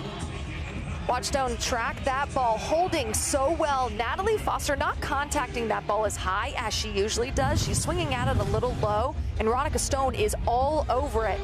San Diego Mojo is moving and grooving. It's interesting, when one aspect of their game started to heat up, they started to bring that service pressure. The rest of their game started to heat up as well, and now they're hitting .464 as a team, a couple blocks. They're digging incredibly, and they're covering really well. 3 straight points coming into the timeout. No timeouts left in the set for Orlando, a team that has had so much success throughout the balance of the season. 9-match winning streak. We really haven't seen them move around their lineup as much as other teams. So maybe we see something going forward in the 4th set or even late in this 3rd set. But it's interesting here when you look at that, because San Diego, I don't even blink about putting another player in. They've been doing that for a good part of the year with some of the ups and downs, but for Orlando, it's kind of a more sizable decision to try and tinker with the lineup when you're on a 9-match winning streak and you barely touch the lineup the entire time. Exactly. They haven't been tested to where they kind of need to experiment, but I wouldn't be surprised if we see Nora Sisko in, Lydia Grove go in, maybe Abby Hansen. I wouldn't be surprised if Coach Amy Pauley starts to mix it up. Yeah, Hansen came in their most recent match, a win over Columbus. It was her first appearance, taking over a month. Oh, Stowe. When I asked Coach Hanif Park, what is it going to take to shut down Brittany Abercrombie or at least slow her down, she laughed and said, has anyone figured that out yet? But it seems like in these last couple of sets, they've been doing a good job at closing the block, being strong and disciplined up there. Abercrombie has 11 kills and 9 bigs, but hitting just 138, so they're containing her. Tabron is elevating her play. She's in double figures and hitting close to 300 on her 10th kill, a 5-0 run. And 7 kills in this 3rd set alone. She's really effective from the back row as well, which applies more pressure on the Valkyries defense. Abercrombie covers her own. Tabron is there.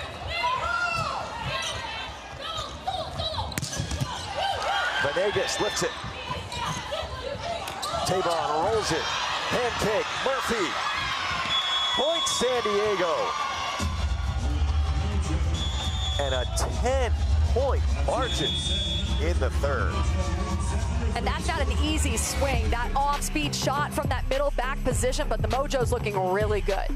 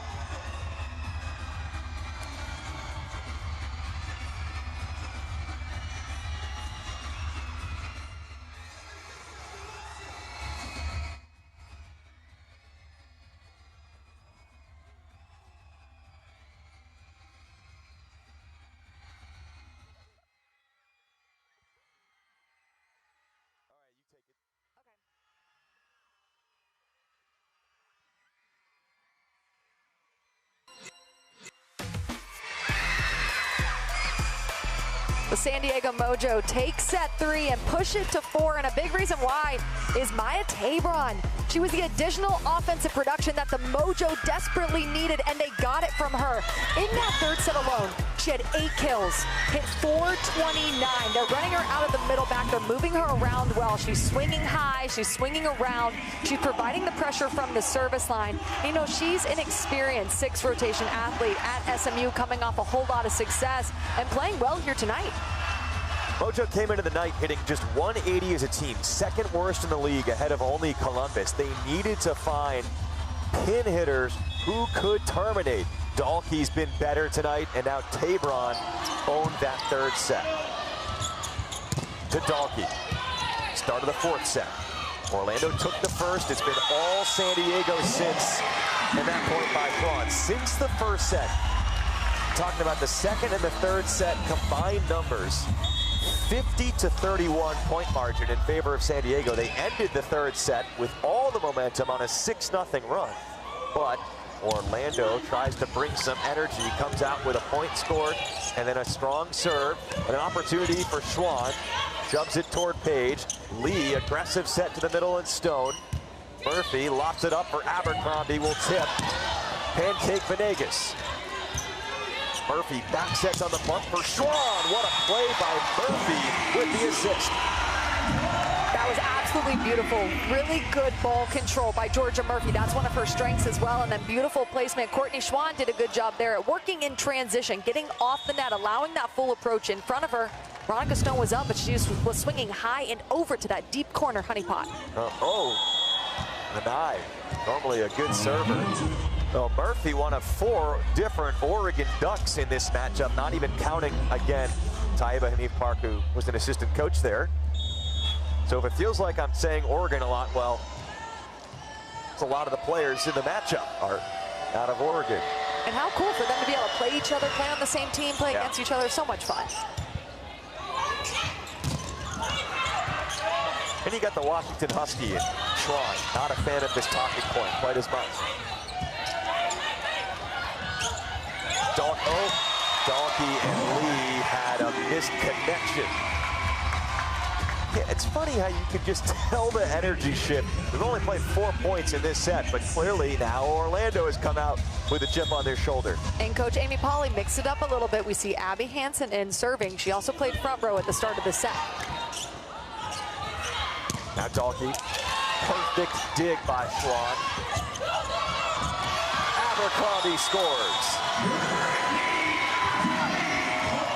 It's a great shot by Brittany Abercrombie, coming in really strong. I said it before, but she mixes those shots in at the right time. And I know Jean-Pou is going to look to get her going early and often in this next set, because the Mojo did a good job at slowing her down. So I think establishing her, letting her get into a rhythm in this set is going to be really important.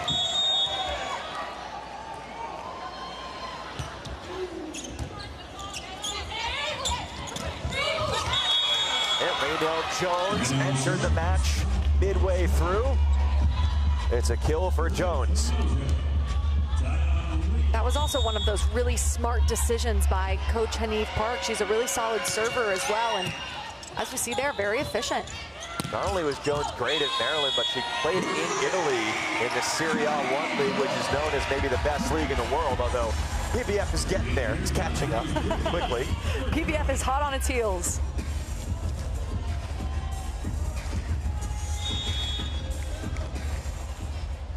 Now the first ever non-outside hitter, speaking of other leagues, to win Athletes Unlimited. Abercrombie with the serve, but Page, that has been an effective play to say the least, bringing Page in from the middle.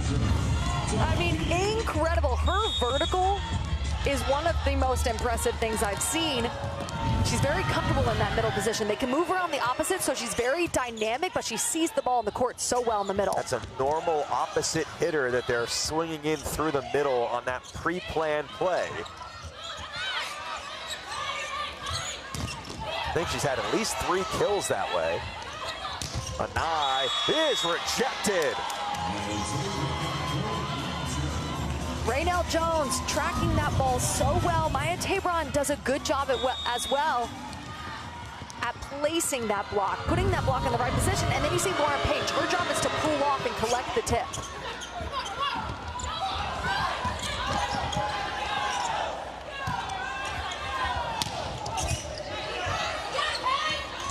Transition chance, Abercrombie. Block was there. Schwan leans into it, dug by Venegas. Donkey. Yeah, there was a touch. Not the prettiest looking swing, but it was effective for Kendra Dahlke.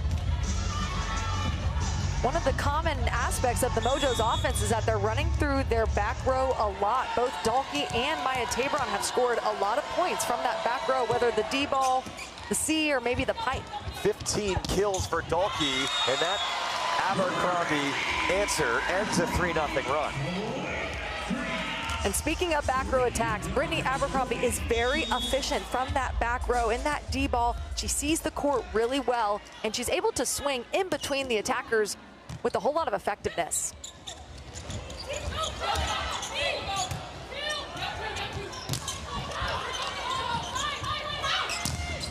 Off the block, into the antenna, and Anai collects the kill.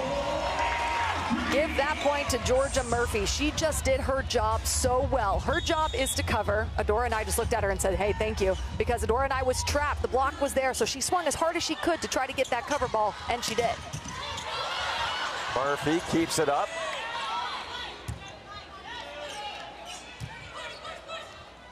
This is going to Jones. Brown gets a piece of it. Shampoo created trouble with that third touch. And a smart swing by Brown. Very resourceful point victory from Orlando. And Brown cut that off at the perfect time, and that's one of the key aspects of running that slide effectively. She cut it off. The block was moving with her, fading away a little bit, but she took advantage off the outside arm of Maya Tabron.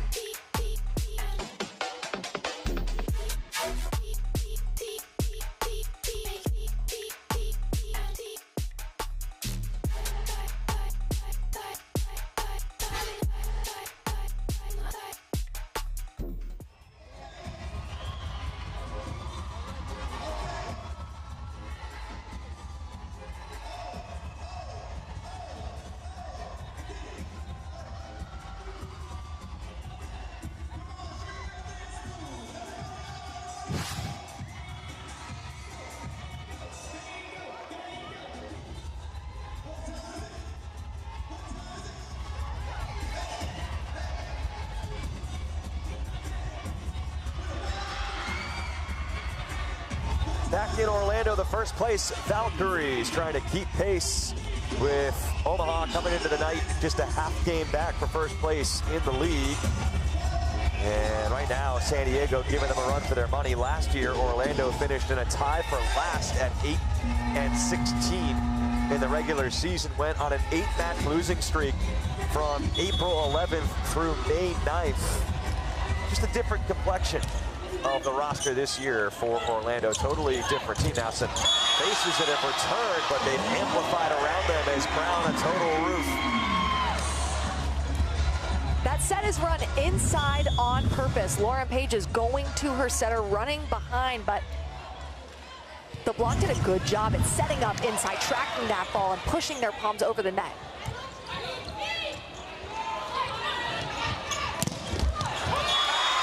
Brown in the slide. She's trying to infuse Orlando with energy. And that is what Kaz Brown is working on. That is what Coach Amy Pauley told us that Kaz Brown is getting better at, is driving it down the line on the slide. Very difficult to dig.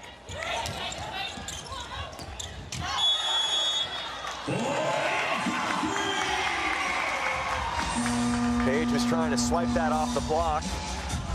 Buzzer sounds, challenge, another block touch challenge by San Diego.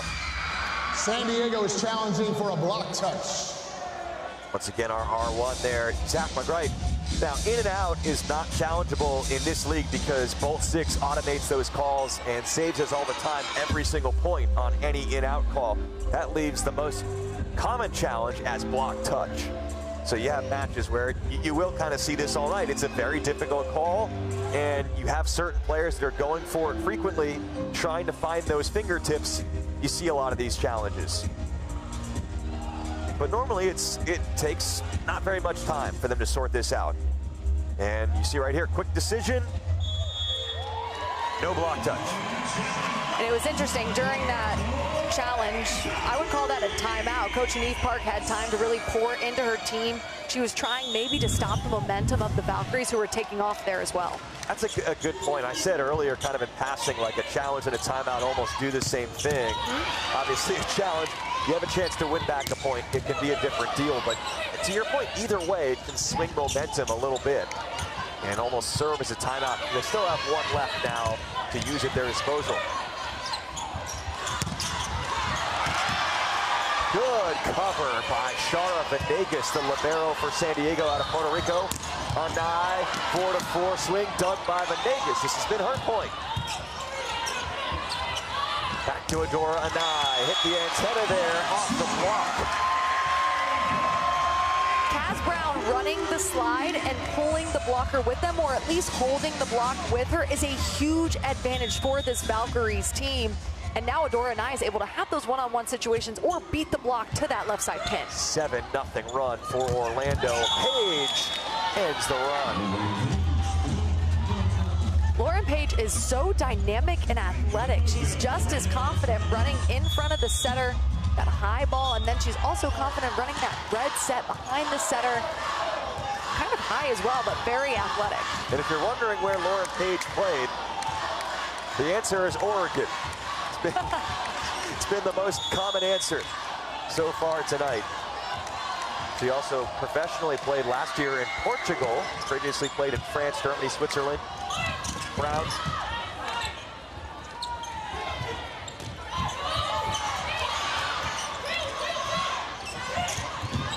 You're seeing some dexterity during this point. Both offensively, defensively. On the back one, they can't cover that one, and Stone ends it with the kill. And in that play, both of the setters made really good digs. Shampoo with the beautiful little pancake. But good defense, nice block touches by San Diego Mojo, and then just not able to keep that ball up to give themselves a chance as the Valkyries. Side out there, the missed serve. By the way, Ronica Stone hitting 294 with 3 blocks, 7 kills. And as advertised, this matchup between Brown and Stone in the middle. Brown the serve. Tabron with some velo, but she's usually going for high hands and comes up empty there. And she had a lot of success with the high hand swing, which means she's kind of getting underneath it. She's swinging high and trying to grab some fingertips. She had a lot of success in the second set, in the third set. I said it before, but she had a whole lot of kills in that third set. I believe it was 8.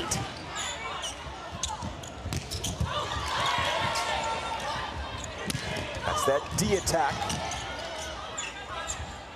Now Tabron, oh, is that going out? Maybe. Brown touched it. Point San Diego.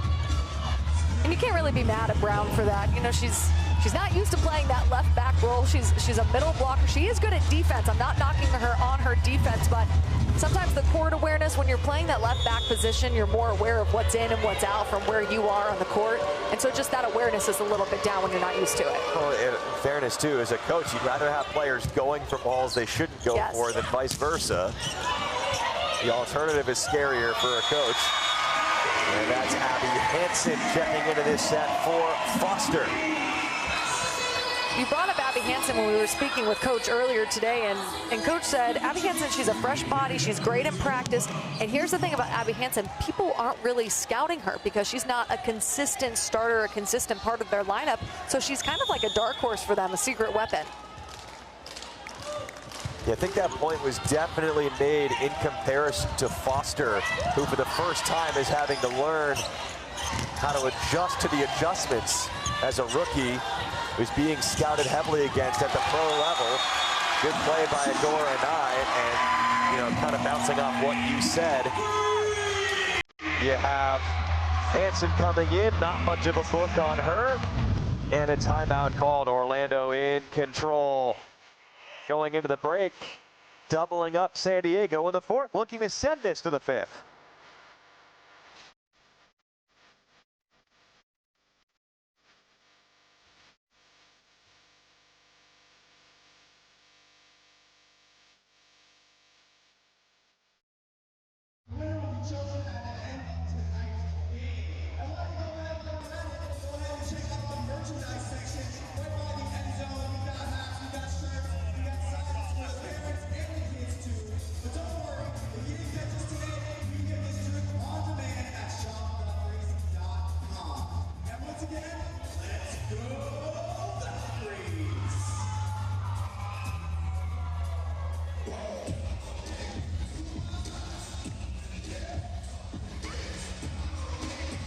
Hey, look at these splits in terms of the set margins. 8-point win Orlando, 9-point win San Diego, 10-point win San Diego in the third set, and then now 16-8 in the fourth set. Do you have any explanation, Madison, for how lopsided these sets have been, even though we seem likely to go to a fifth set? Both teams are going to win 2, it looks like. Well, I was speaking to Katie George about this, who was a setter for Louisville, and now she works for ESPN. We were talking about it at the Nebraska Regional, and she said this is just the funniest part about volleyball. That is unexplainable, other than the fact that you can have momentum, and momentum goes both ways, and one team can catch on, but just the disparity in those numbers is what makes volleyball so funny and random at times.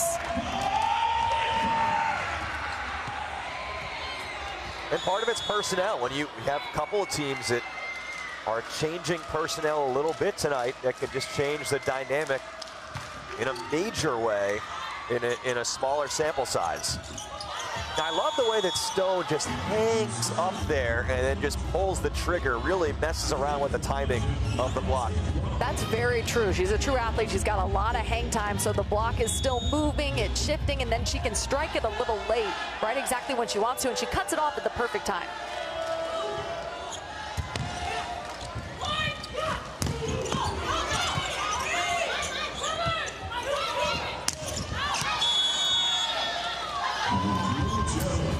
No touch. Point Mojo. And if you watch, you see Stone a lot. She's so good at the slide. That's not an accident. She's doing that with regularity and finding the knack for that timing. You see a couple of middles. We've talked about this matchup between Brown and Stone. They're both equally good on that slide. Most definitely, and what that does is it makes the opposing middle blocker respect you, and it opens up better opportunities and situations for your outsides to score.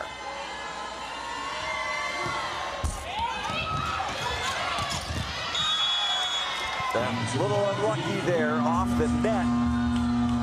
And now this set's getting a little bit closer. Timeout. Orlando, 4 straight points by the Mojo. And that's, hey, we talked about it in the first set. Even if the Mojo don't come back and win this fourth set, they're giving themselves some life going into the fifth.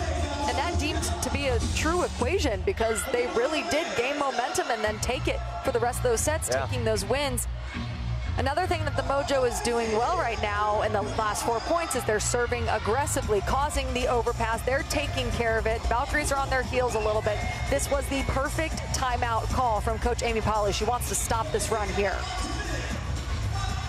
Upcoming matches on Roku are as follows. Columbus and Indy on the 20th. Orlando back on the Roku Sports Channel on the 21st against Atlanta. Columbus will be a featured team in the Roku Sports Channel coming up, playing Grand Rapids on March 28th. And then the Mojo versus the Atlanta Vibe on the 8th of April. Really proud to have Roku as our partner for the first time this season in year 2 of the PVF.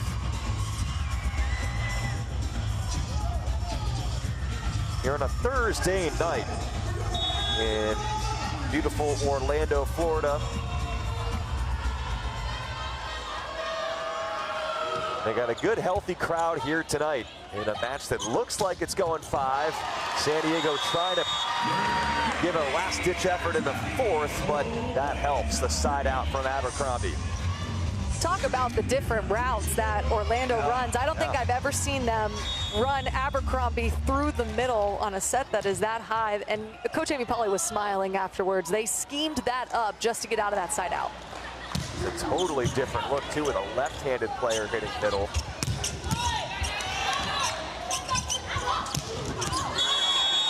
Smashed by a nine, but wide. One of my favorite plays that Courtney Schwann does is she's playing front row. She'll come back to that area 4, dig that really hard 4-to-4 shot like it's nothing. Her ball control and her ability to clean up those plays is really impressive. Not a great job by Murphy on that serve. Normally a very trusted receiver. Dahlke uses the block. A little fight back from the Mojo, and sometimes why that happens if you're the Valkyries and your hands aren't pointed, angled into the court, pushing back to area 6, the ball is able to be tooled off of your hands and out of bounds. 6-1 run. The lead peaked at 17-8 at one point, and a key missed serve at this juncture. Yeah, that one hurts. The Mojo had the momentum. They were within a couple points. That one definitely stings a little bit, but you have to keep the service pressure up because you know you don't want the Valkyries to be in system. Foster was taken out for Hansen, comes back into serve. Denied. Talkie runs into the wall. Brown can fire up her team, and I've seen her do it almost in every match with these blocks that go straight down. Good set up by Brittany Abercrombie, following that set and putting it down. Look out when you're trying to receive against Foster. I've never seen a serve do what Natalie Foster's serve does. It almost, she's contacting it high, but then it floats low to high and then drops back down. Almost impossible to move there quick enough to get your platform. As you said, it's a hybrid. That one almost looked like it had side spin. A lot of the time it has top spin, sometimes it's floating.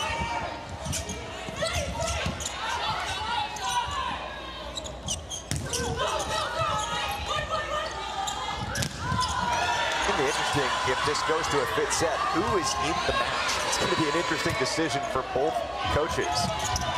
Back one, Brown demolishes.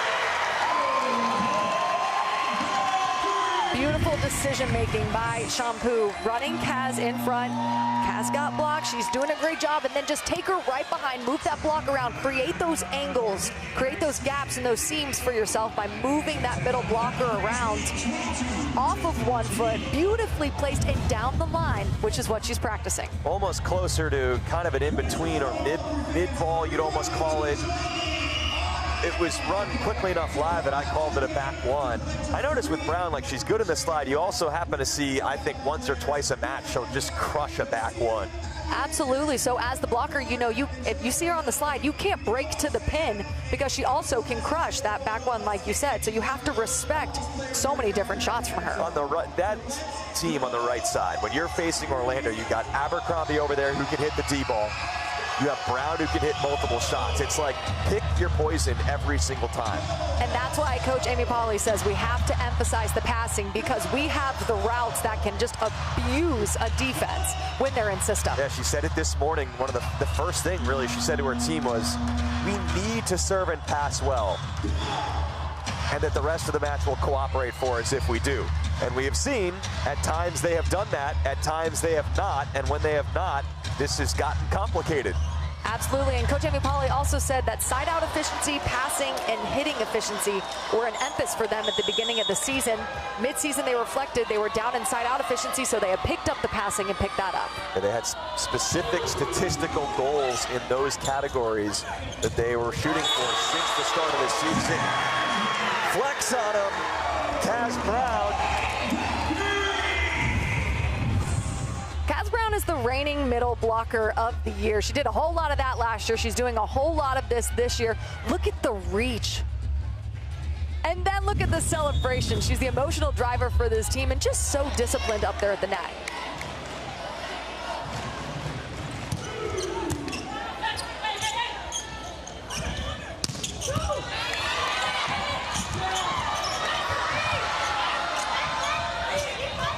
Brown just wants every ball right now. Schwan puts it away, set point. What an impressive display from Courtney Schwan and Kaz Brown. You're right. It's almost like a mindset for Kaz Brown. She's hungry. She's taking those balls that are 50-50 and pushing with all of her might, then taking the pass. And Courtney Schwan is bringing the heat. Raynell Jones stayed with Kaz Brown, opening up a one-on-one. Brown originally was a three-time All-SEC at Kentucky. Raynell Jones extends the set at least by a point.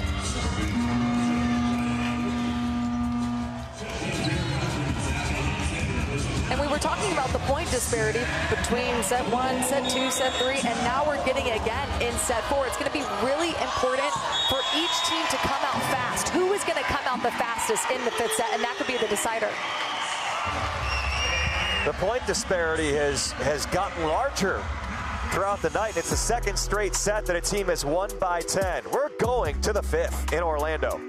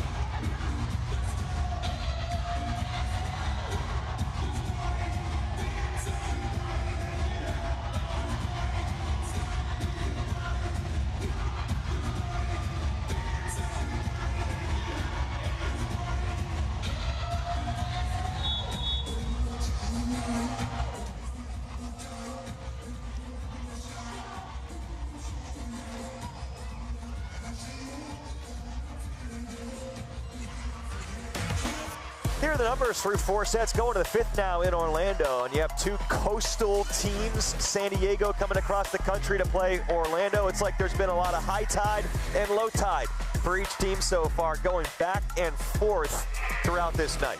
Well said, and it's pretty much one team was on and the other team wasn't playing their best game, and that has been the story of the night. So I would not be surprised whichever team gets off to the quickest start is going to put themselves in the right position, because historically in the first 4 sets, whichever team has been on at the beginning is the team that won that game. That switch has not been turned the other way in an individual set so far. This has been a front-runners match, but maybe that changes in the 5th.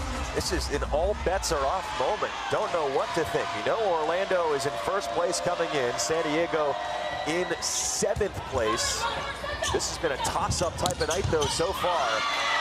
Anai, that was the other question. Who is going to be out there to start the 5th set? Orlando going with Adora Anai on the outside, and she delivers. One thing about Adora Anai is that she's very calm under pressure. She's consistent under pressure, and in the 5th set, one could argue that's the most pressure you're going to face.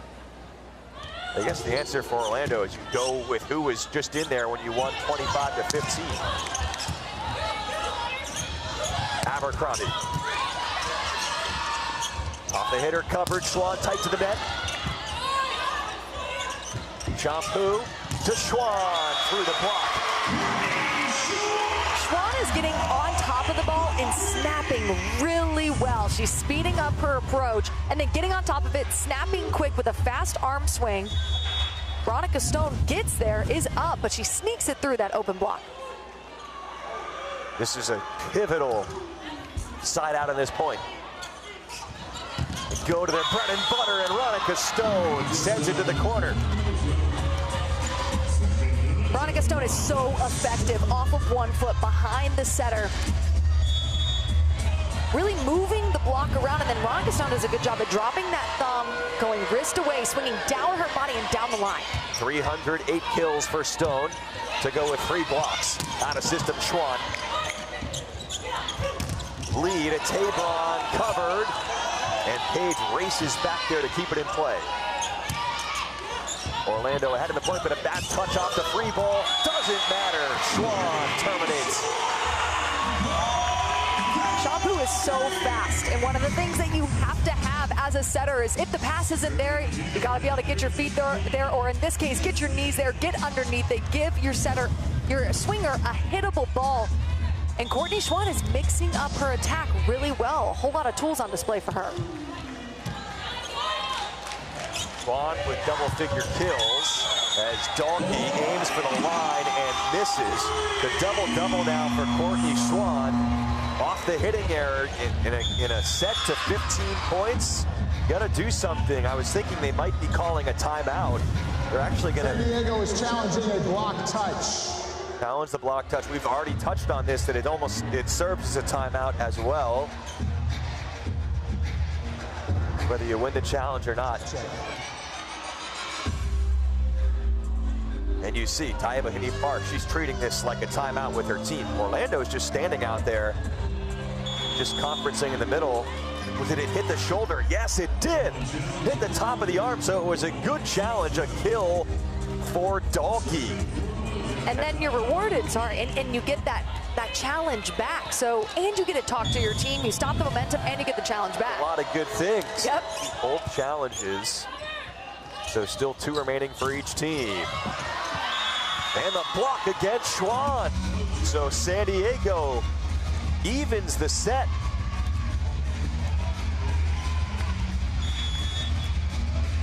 There's a danger zone there. They win the challenge. And it's all of a sudden tied. Abercrombie through the middle. I don't like saying the word ain't, but if that play ain't broke, don't fix it. Run it again. I love the decision. Brittany Abercrombie with that left hand is a different look for this opposing block. Her crossbody is different than a right arm's crossbody, and she's able to score on that swing. Yeah, I'd go back to it when they can, if possible. Shampoo was on the floor there, was able to play the ball. Abercrombie reaching from behind the line with the D-ball kill. And if you're the Valkyries, you're very happy that you get that point when you did, because Shampoo was fixated on that wet floor. She was standing on it. So it's really good that that play ended, so no one tripped, no one got hurt. Brittany Abercrombie, when she is on, is so good at cleaning up broken plays and finishing the ball. She is, as you saw, close to a double-double. But they've kept her in check a decent amount, hitting 220. Oh, smash down. Dahlke leads the night, leads all attacking players with 19 kills. Have yourself a night. Kendra Dahlke, she's attacking the ball really high, and then she's going for that line, which is what Amy Pauley said they're going to try to take away from her, but she's had a lot of success down there. Hitting 320, actually, that kill got her 220 kills on the night. The response from Brown. Now we're going back and forth finally here in a set. We have a close 5th set, at least to start. And you said that before this set. You said, maybe this won't be tightly contested, and it is. And what a time to show up for both of these teams. Good decision by Kaz Brown right there. At least for now. Great effort by Anai. Gotta put this away if you're San Diego. And Tabron does just that. She does it loudly.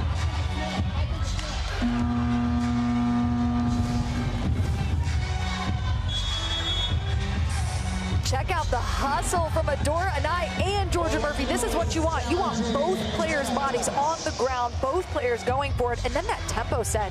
Tamaya Tabron just absolutely punishing it, but we are going to have a challenge from Orlando. Yeah, I think as we were seeing the replay, Zach McGright announced that there was a net touch challenge. And they're showing a replay in the building, and Orlando thinks that they like what they see. The bench was looking up at the Jumbotron and started to celebrate. So I think the question's going to be, did San Diego go, oh no, antenna touch. Yeah, there's an antenna touch. And Brittany Abercrombie, who's playing right back defense, was very sure of that. She immediately went over to her coach and said, definitely antenna touch. Every point is amplified. Every point means that much more in this 5th set. So that was a huge point for the Valkyries. Interesting how much of this challenge system the coach has to trust their players to really be right out there. This serve keeps it now within shouting distance for San Diego. Jones, key serve. They're in system, but Brown is sent away. And there's not really much you can do about that. The ball gets blocked. She's out of bounds, but the ball gets blocked back into her body. There's not really much you can do about that. Now you're just focusing on siding out for getting that play and trying to get ahead by 2. Jones already has an ace today. She's been an effective server. Healthy block touch against Anai. Lee with the set. Hitter coverage against Tabron on the reload. Tabron dug by Swan. Here's Anai. Cross court with success. The Valkyries are doing a great job blocking, getting their closing, and then allowing their defense and Courtney Schwann to play around them. And then Adora Anai finishing with that swing. Hard snap. Valkyries up 8-6.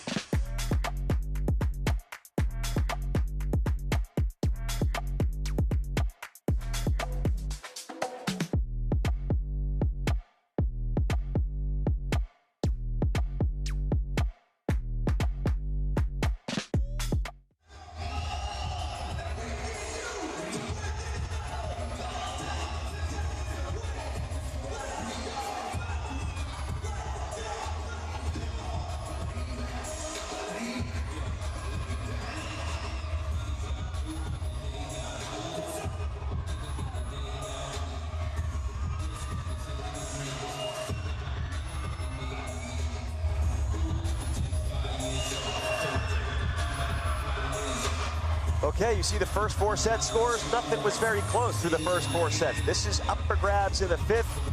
Could 7th place San Diego put a stop on the road to first place Orlando's PVF record 9-match winning streak?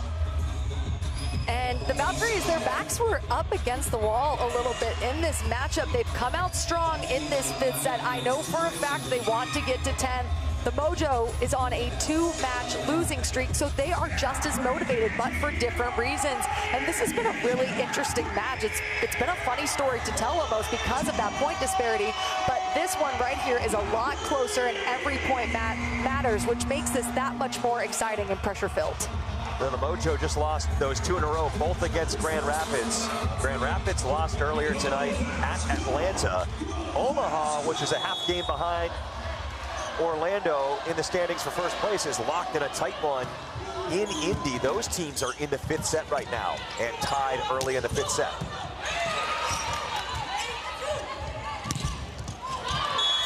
Anai is blocked. So depending upon this result and that result, we're waiting to see who will be in first place by the time the night is done, because again, Omaha just a half game back of Orlando. A lot of good games. If you have TVs, put them both on. A lot at stake here. Get all your TVs right now, turn them on to watch the PVF. I love it, split screen action necessary, 9-7. And it'll be the setter from Thailand in her first year in the PVF, 7th year as a pro. Pornpun Goodpart, who goes by the nickname Shampoo. Pretty easy serve to handle. They go for the back one with Stone, but she didn't love the timing there, and Orlando was waiting for it. Orlando was all over that, tracking. Abby Hansen did a good job not cheating. Watch her holding her spot, and then it actually hit both of their arms. Adora Anai got it, sent it over to Hansen, and Hansen pushed it over. So very disciplined block from them, and a 3-point lead is really big in a 5th set. They play into 15. It seemed like Stone wanted something slightly different based on her body language there with the set. Tabron hammers it home and keeps San Diego alive. What makes Tabron's attack so difficult to block is that she's beating the middle blocker there because it's a tempo set. She's so fast. She's got a lightning fast arm swing. And you see Abby Hansen, she's up and she's pressed, but she's pushing those arms over the net just a half a second late.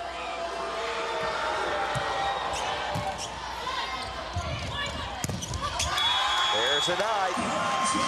Did not start tonight, but they're really going to her late, Adora Nye. We have seen the full depth of both of these teams on display tonight, and it's been masterful coaching by these coaches with their decision-making on when to put in the fresh legs, when to put in the new faces. Nye, 8 kills, 7 hitting errors, but it's had some key swings late. Dalkey tried her best out of system. A chance for Abercrombie, shoves it into the block, they cover. Dalkey has to manufacture something.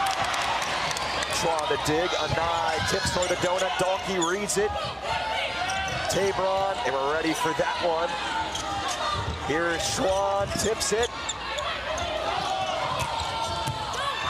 Aggressive swing, nice one by Dalkey. Schwan as well. Courtney Schwan adds perhaps the longest point of the night. Courtney Schwan, that's her 11th kill. She's taking a ton of swings, and it's not easy because she's taking swings in transition, inside out. She's taking out of system swings, swings off the net. Great up by her. I said it once, I'll say it again. Courtney Schwan is such a solid 6 rotation athlete. Her defense is just as good as her offense, and then look at how fast she transitions off the net, mixes it up so well. Nice flying long rally. I'm almost doing play-by-play here. Good set by Shampoo. And then Courtney Schwan, all of the range, all of the ball control, coming up huge. You said it. It's a double-double for her. And this Orlando Valkyrie team is at their best when they're getting offensive production out of her. I thought that point was fascinating because both teams were out of system and someone had to try and make something happen. Now you see the score. Indy and Omaha, we just mentioned it, are locked into another 5-set battle from Indianapolis. And the Ignite trailing Omaha now by 2 at home. And Omaha has an opportunity to pull off a reverse sweep. And to your point, what you said right there with both of the teams in transition trying to just clean up the plays and finish it, Courtney Schwan is really good at that because she sees the court so well and she's consistent. She's not going to go up there and make an error. She knows how to make that ball hit the floor. That's what this sport becomes. You get into the 5th set, especially a match like this, becomes that battle of attrition. It's not always pretty. You just got to find a way to get it done. Who can you go to and what swing can they go to when you just need to find the result this late in the match? That's always the question. Stone serves at the stack. Swing from Hansen. They control it. Dalkey, no. He's going to want that one back, and they talked about it coming in. They want to force Dalkey to hit that hard cross. Great point, and that's exactly what they just did. The block was lined up in that line. They were taking line. Defense looks like it's taking line. Dalkey's going for that 4-to-4 swing, and if you don't contact that 4-to-4 swing, it's a high margin for error. Scouting report awareness, they know she's in those key moments, she's a little more comfortable hitting line. Take it away from her. Got to go again, hits line, the block makes contact. Schwan, block touch. And Kamaile Hiapo in the match, by the way, contributing on that point for San Diego, who sides out. And I like that decision from Dayoung Lee. The height disparity is big. Kaz Brown is up there. She is up. She is pressed. But Lee has the ball control. She has the know-how to know where Kaz Brown's hands are to swipe it off of them. Hiapo checks back out for Page to play front row. Abercrombie from the middle. They were ready for it to the back row that time. Venegas uses the hands to set Dalkey. Brown tracks it down. It's going up toward the net and a point for San Diego, back within 2. And we have got ourselves a game. San Diego coming back in it, but now it is imperative that San Diego does not make unforced errors. You can't go back and miss your serve. You really cannot afford to swing at a set that's too low and swing into the net. You have to be pretty flawless if you're going to make up for this deficit. I really think a lot of the time this sport is at its best when it's just a little bit unhinged. This has been one of those nights. Oh, most definitely, with these crazy plays. I mean, you've got Venegas doing star jumps and both teams pancaking left and right, the crazy serves. This fifth set has been unhinged. As you talk about it before, and you look at all the storylines on paper, oh my God, how about Natalie Foster's serve? Out of the match. Hansen is in there due to the matchup. Oh my gosh, Elise McGee has been the best option lately for San Diego. She lasts one set.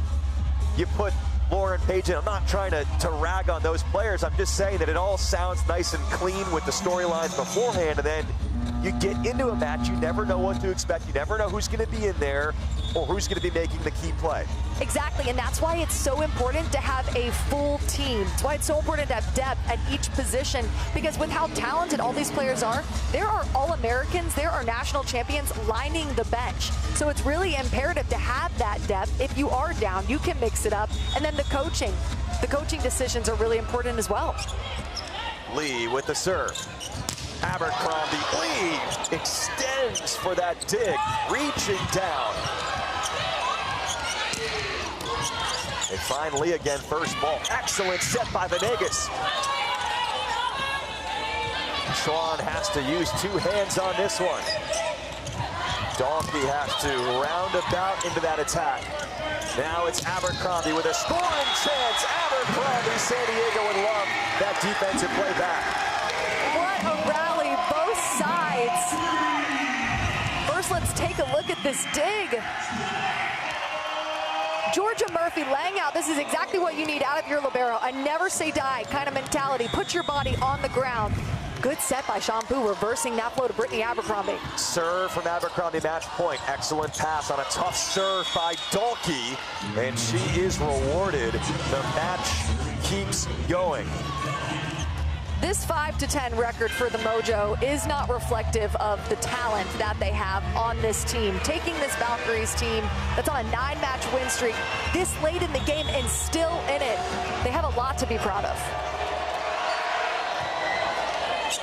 Second match point. Brown, Venegas controls it. Jones, done by Murphy. Schwan for the match. There's a whistle. Point San Diego. That was a very tentative call on match point. A whistle came in.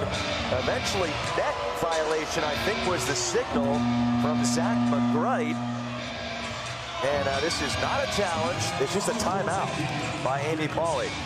Talk about the suspense of that call. He blew his whistle. We knew that he had a decision, but we didn't know which way it was going to go. It was almost like a sheepish call. He was shaking his head on the second shot of him right there. Yeah, let's take a look at it. But, keep in mind, Orlando didn't challenge, so they must have been, it was clearly the right call. Looking at the replay, good job by our crew back in the studio. Jeff Graham producing, Kevin Schenk, the director, getting that look quickly for us at a key juncture.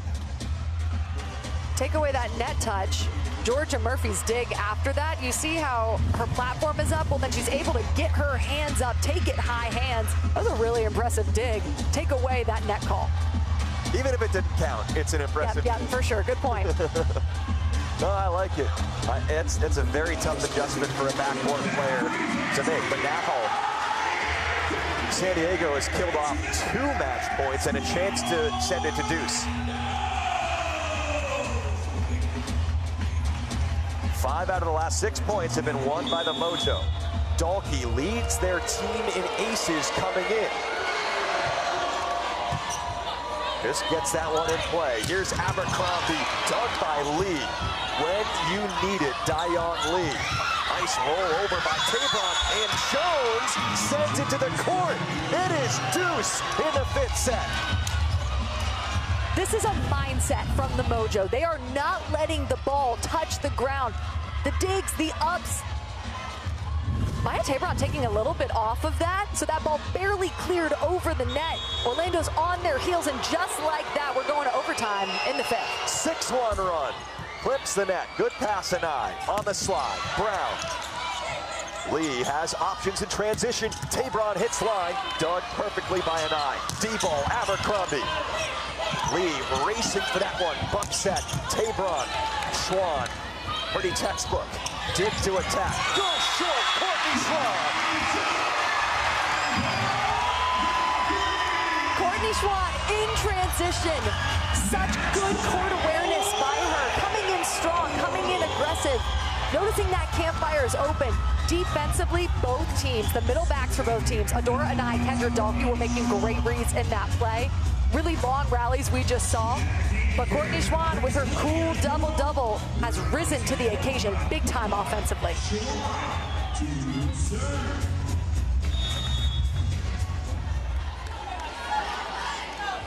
And now Schwann with the float serve on match point. Tabron, contact there. Schwann was going for the dig. I'm not sure if there would have been a block touch. But another match point staved off. Maya Tabron is just a rookie, but she is taking these big, brave, aggressive rips with a high set coming from behind her. Really impressive moments in these pressure situations by her. Remember, it was 14-11 Orlando. That was the fourth match point that San Diego saved. And Anai is rejected. The energy, the momentum is with the Mojo right now, who made that massive comeback in the fifth. Veronica Stone is so quick laterally. She's getting there, she's closing. And not only is she disciplined, but after that point, the celebration, the energy that she brings, it's a huge advantage to this team. Match point number 1 for San Diego. Anai set away once again, Stone! And the Mojo come into Orlando and end the 9-match winning streak.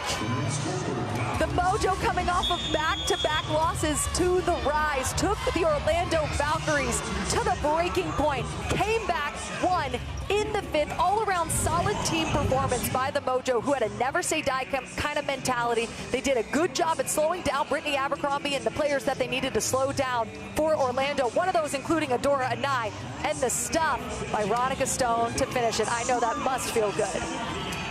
And Veronica Stone, one of the faces of the Pro Volleyball Federation, an all-star this year for San Diego. In a matchup that we talked about, features a middle so prominently. There's a stud all-star middle on each side, and Veronica Stone wound up having the last lap 6 stuff blocks personally in the match for San Diego. Wow, and then in front of the setter and on the slide, she had a whole lot of success. I will say both teams' setters did a wonderful job at running a balanced offense. Fun time was had by all here in Addition Financial Arena tonight. Yeah, Dion Lee had 44 assists, 17 digs in the win. Kendra Dalkey had 20 kills. Maya Tabron 15 off the bench for San Diego. And for our entire fantastic crew and Madison Fitzpatrick, I'm AJ Cannell saying so long from Orlando. It's the Mojo with the upset win at Deuce in the fifth.